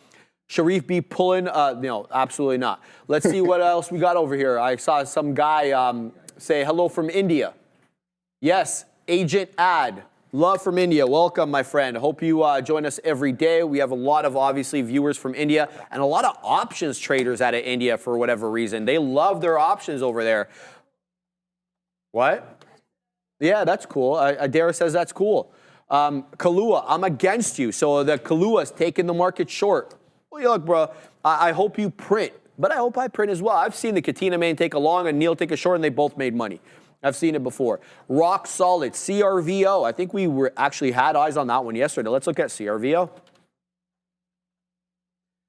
Okay, so what do we got over here? This is the big boy, not from yesterday. That was the day prior. So you got that big boy move. Yesterday we got a big boy move, but we also got a big boy down move. So we basically had a Christmas tree retracement, ended up closing out basically at the previous day's closing price. Today, very much an inside day, but it hasn't given up the ghost. That's the thing about CRVO. It's not breaking down. It's just kind of being consolidative. So CRVO, let's talk about this company.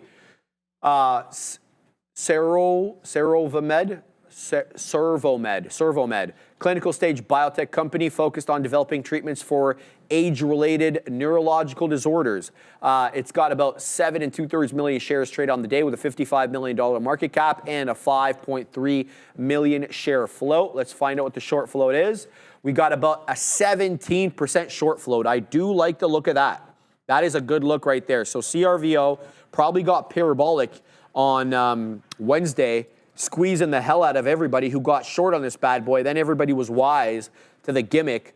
The day subsequent ended up rejecting a well below 7 right now. It's got a nice bounce off VWAP, but not really much for me to do here. I mean, I think we need something along this day in order to get involved. It's a good uptrend, higher lows with that 675 acting as resistance, but not really much for me to do there, Joseph. What do you got? Yeah, I'm just looking at NVDA here. I'm waiting for it to come into the volume-weighted average price to see if it's going to bounce here. It does look like the market wants to pull back. And mind you as well, too, guys, it is Friday, so that volume can start to die off, especially when we've been moving so viciously, right? So with heightened volatility markets, you can get like sellers exhausted and buyers exhausted come Friday evening because it's like, okay, it's time to hit the weekend. We've made our moves, etc. The Wall Street boys are done what they had to do. They're done what they had to do, but we're gonna wait to see what happens because we are trading around 120, and I mentioned time and time again throughout the session, just those levels of open interest there. So let me fix this up here for you guys. So it's just not so compressed, and of course it's going to do that, but we'll fix that out later. You're embarrassing me. Yeah, I know, exactly. But here we go.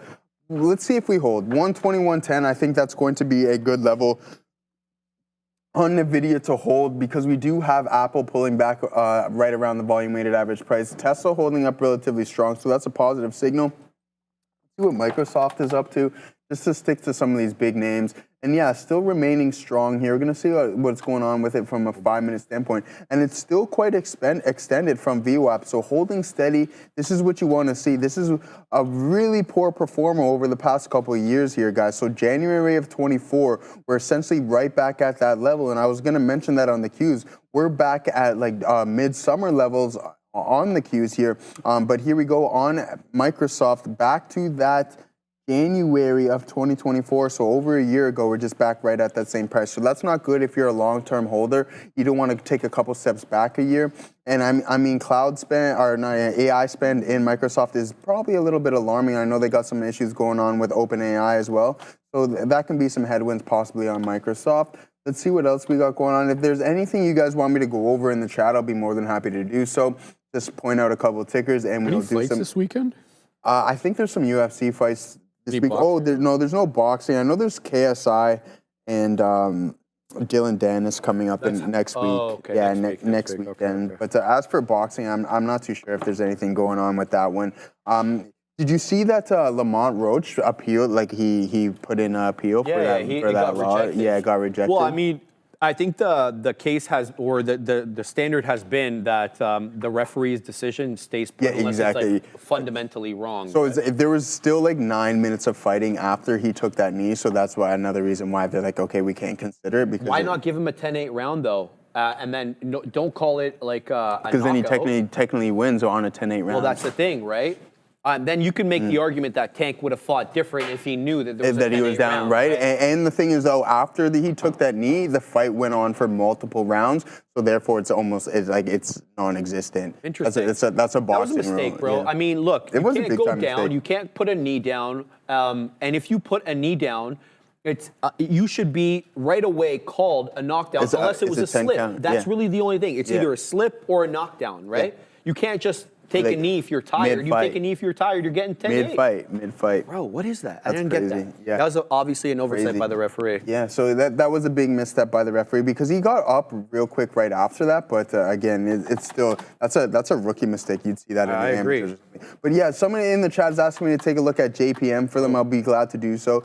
The thing is with these bank stocks, I think that just the fear of a recession on the horizon, they've taken a pretty hefty hit.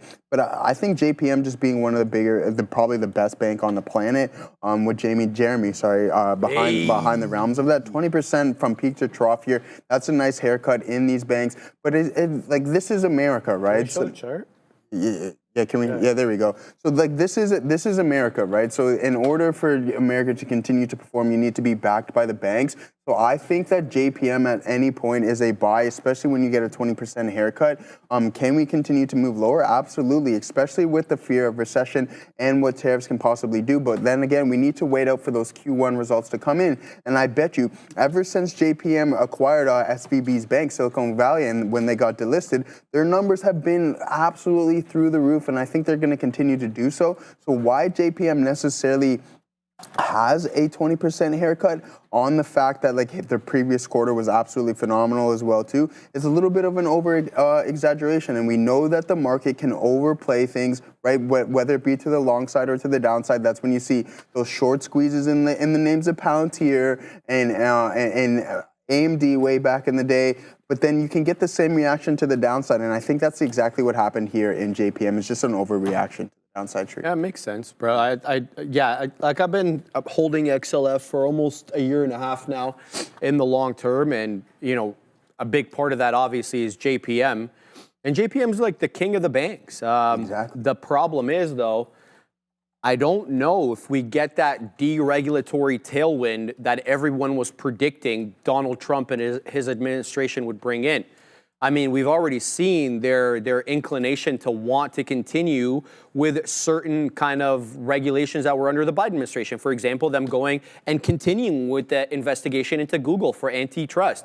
I mean, we saw, was it Google or Microsoft? They were investigating Microsoft or something like that, which to me was super interesting because your boy Satya Nadella was at, or was it Google? I forget. I think they're continuing to investigate Google. Anyway, the FTC is not really looking at backing away from, these anti-competitive practices that the Biden administration was alleging. So that regulatory tailwind, I don't know how I feel about that anymore. And that was the reason why a lot of these banks were running. It's like, oh, they're going to be able to acquire whatever they want now, this, that, and the other. So I don't know how I feel about this whole thing anymore. Anyway, I'm long Meta. I just wet the beak there, almost at 6.0, at 6.0380s. Adira, what's up? I just want to provide some context there because we were mentioning the antitrust probe. So Microsoft, their probe is still going to go through. Again, this is just a report. But Amazon, interestingly enough, this report came out right before the Microsoft report came out. Amazon's trial here with FTC with regards to antitrust is actually being delayed. So FTC reportedly delaying the Amazon trial apparently due to some issues there with judges. It all seems a little like it has to do with some delays on their end. But regardless, Amazon's FTC trial getting delayed, though not canceled. Microsoft's antitrust trial reportedly going through. But again, these are just reports. Nothing has been confirmed as of yet. Back to you. Adira, why do you think, I'll just put it to you. Why do you think Amazon is not getting investigated? I wonder why, Sharif. Bezos. Well, hold on, Adira. It's not just Bezos. What did Bezos do for Trump or his family that could have endeared him to the new administration? Anything that you can think of? He has a yacht. No, I'm joking. I don't That's a good one. Yeah, he does have a yacht. It's a sick yacht. It's a sailboat, I think. Isn't it a sail yacht? But Adara, there's a $40 million piece for Melania Trump. Gonna be on Amazon Prime. There we go. Shocked. Totally forgot about that. Are you shocked, Joseph? Not at all. No, neither am I. You know what I mean? Never scared. Thank you for that, Adara. Never. Chiming in with great Never information as always. Thank you, Adara, definitely for that. I was going to ask you this. So we're kind of going on that realm here, Sharif. And we talk about Tesla a lot. So and I heard Katina Man said you'll never see Tesla get a probe into them. Do you think that this, and you said to me the other day, okay, Elon's serving his country. Do you think it's more or less him serving his country or more self-fulfilling? Him working with Doge. Brother, I don't think it's self-fulfilling to have 200 billion wiped off your net worth or whatever it's been wiped off. What was well, exactly. Well, he's already stated that he doesn't care about money. I know okay, fair. But then what does he have to gain from this whole thing? I think he can work. Maybe he can get at his foes. Maybe a little bit more people that didn't work. He'd be going after Altman then, and he's not, I think right? no, as of he's now. Not. Maybe. Yeah, he's not. Yeah, right and now. even remember when that book conference happened with Sorkin and Altman was being interviewed by Andrew Ross Sorkin, and even Altman says he's like, I think Elon's too principled. He won't come after his competitors because he's just more of a free market guy. Whether that happens, we'll have to wait and see. So to bring your point, I completely agree. For now, that's underline that. For now, I just don't think that he's personally getting anything out of this. That's just my opinion, though, right? And a lot of people, they don't like what he's doing right now. They don't want to see cuts. They don't want him involving himself in what he's like, you're unelected. Yeah. And like you said, you should be running Tesla. Stop focusing on stuff that is not Tesla related. You're hurting my money. You're hurting my shares. I get all that. But as I said to you yesterday, I don't think we are on a sustainable path. Whether he's the only guy to be able to get us back on that path, that's a different question. But the fact is he's trying. Oh, okay, okay, I see what you're saying at that point. Yeah, that makes sense. And could you look at the fact is Elon helped fund Trump's campaign through that whole duration. So then, right? Of course, there's stuff there. I'm not going to argue that. Right, and then he'd be like, and then Donald would be like, hey, Elon, you can run this new. It's ugly. It's ugly. The fact that you spend so much money on the campaign and now you're at the White House. Of course, all that is ugly. I don't disagree with that at all. And that's a different issue to talk about campaign financing and all the stuff that comes with campaign financing. So, it's not a good look, Joseph. We're doing real well here, though, man, on Meta. We're about $1 in the money here on META. Thank you, Adara. It was a VWAP. It was a VWAP retracement. That was what I was trying to do there. So let's go ahead and set up now at 605.25 because that's my favorite number, and then number 5 as well. So we're going to put the order there. And we're doing well, finally, on the futures, back in the money on this one. As it pops into that $0.50 level, we're long 35s. Now it's showing me 47s. Let's see if we can have that attempt that we've been talking about, that I've been talking about, to take out 19.7. We've been above 19.7 on the day, but not by all that much. We're talking about 19.707 3/4. That is the best we could do on the day on the NQ March contract. We'll see if that can be a little bit higher. We're not that in the money right now to feel good about ourselves, but we're going to load some more orders to the upside over here if we can catch a bit of an upside. So that's what I'm involved in right now, guys. The TQQs and META. Let's see if they make me pay or they pop up. Eddie R. Poor Elon. Such a hard life he leads. Look, I know how you feel about him, Fabian. I got it. But the point, Fabian, man, he kills me. I love your consistency on that, though, brother. Here's an idea. Let's talk about stocks, says Mike Simons. What do you think we're doing over here, man? I'm punching into positions. Charlie Taff. Sharif, keep talking about Tesla. It's pumping it. Yes, my man Charlie. Now you're talking my language, baby. So we're going to continue to watch the chart over here as we either move up or down on these markets. So that's what I'm involved in right now, guys. Trying to keep my eye on the comments that are coming in from you guys on the side. A lot of them are sarcastic, and I get it. Elon doesn't have a lot of supporters right now, and yeah, it's a hard life he lives. So here's the deal. We popped up about $1.50 off my entry on Meta. So I'm not going to let any part of this trade go against me. If we break down below 603.50, that's going to be the end of the trade. So I'm moving up my stuff into that level. So let's go ahead and give it a healthy spread.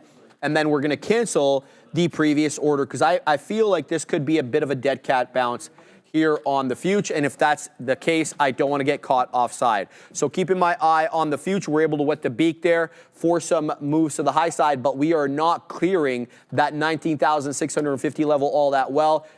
And so there's no point in even talking about 19.7 as of yet. On the blockchain, they are called haters. Look, brother, you know, they don't like him. I don't want to call them haters. They don't like him. I got to tell you, here's the deal. A lot of people are changing their mind about him. I told you like the anecdote of when I went to watch a Super Bowl party with my boys. It was kind of like half high school boys, half college, university boys. Yeah. And a lot of them had changed their opinion about him. They all think he's gone crazy. Yeah. I don't think that. No, I don't. They think he's gone crazy. They don't like his, you know, some of them actually think that he's the N-word, the Nazi, or whatever. Yeah? I don't want to say it in case we got dinged, but now I have. Yeah. I don't think that either. And no it's not just my friends, man. Like, there's people in my family as well. Like, they don't like him anymore, dude. They're like, no, I'll tell you this one thing right now, Sharif. Yeah. Tesla goes to 500. Let's see how much people dislike him after that. Good question. That's a good point, I mean, to say. Right? You don't like him because his stock is doing bad? Yeah, okay, whatever. It's easy to poop on him when the stock is doing bad, right? Super easy to poop on him. Say it again? Oh, okay. And Sharif, with autonomy, I think this guy is going to change the landscape of the planet. Because we know with humans, if you don't have to drive a car and you can just hop in your own vehicle and it can take you from point A to point B, the majority of humans are going to take advantage of that. And with that, it's going to be game changing. We do not have this here in Canada. You get the Waymo, whatever, but you can't sit in your own vehicle at your own discretion and be like, hey, I want to go here, here, and there. That is going to change everything. Everything. But there's other people. Like, let's be honest. Now Google is getting involved as well. They've got their do they have a car in the works where you can purchase? Exactly. So that's different for Tesla. Exactly. He's coming in where you can purchase this vehicle on your own, and then you can go to Walmart and do all those things. That is going to be game changing and revolutionary. And I bet you that the world will not go. And this, I'm going to use this example here, Sharif. Yes, so as a kid, I used to have a scooter, right? Just a basic scooter. And what did you do with that scooter? You use your legs. You use your body. Now, what kind of scooter do you see the kids on these days? Definitely not that. The electric ones, right? So even though it may not be the best example, look at it from that aspect, right? People drive their vehicles. Some people like driving, but the majority of people, if they didn't have to sit in Toronto traffic, New York traffic, LA traffic, and they can just be on their phone without having anything to worry about, they're going to do it. And that's where where this autonomy is going to come into play. I completely agree, but you know, I don't know. I don't think people are hating on him as much for the,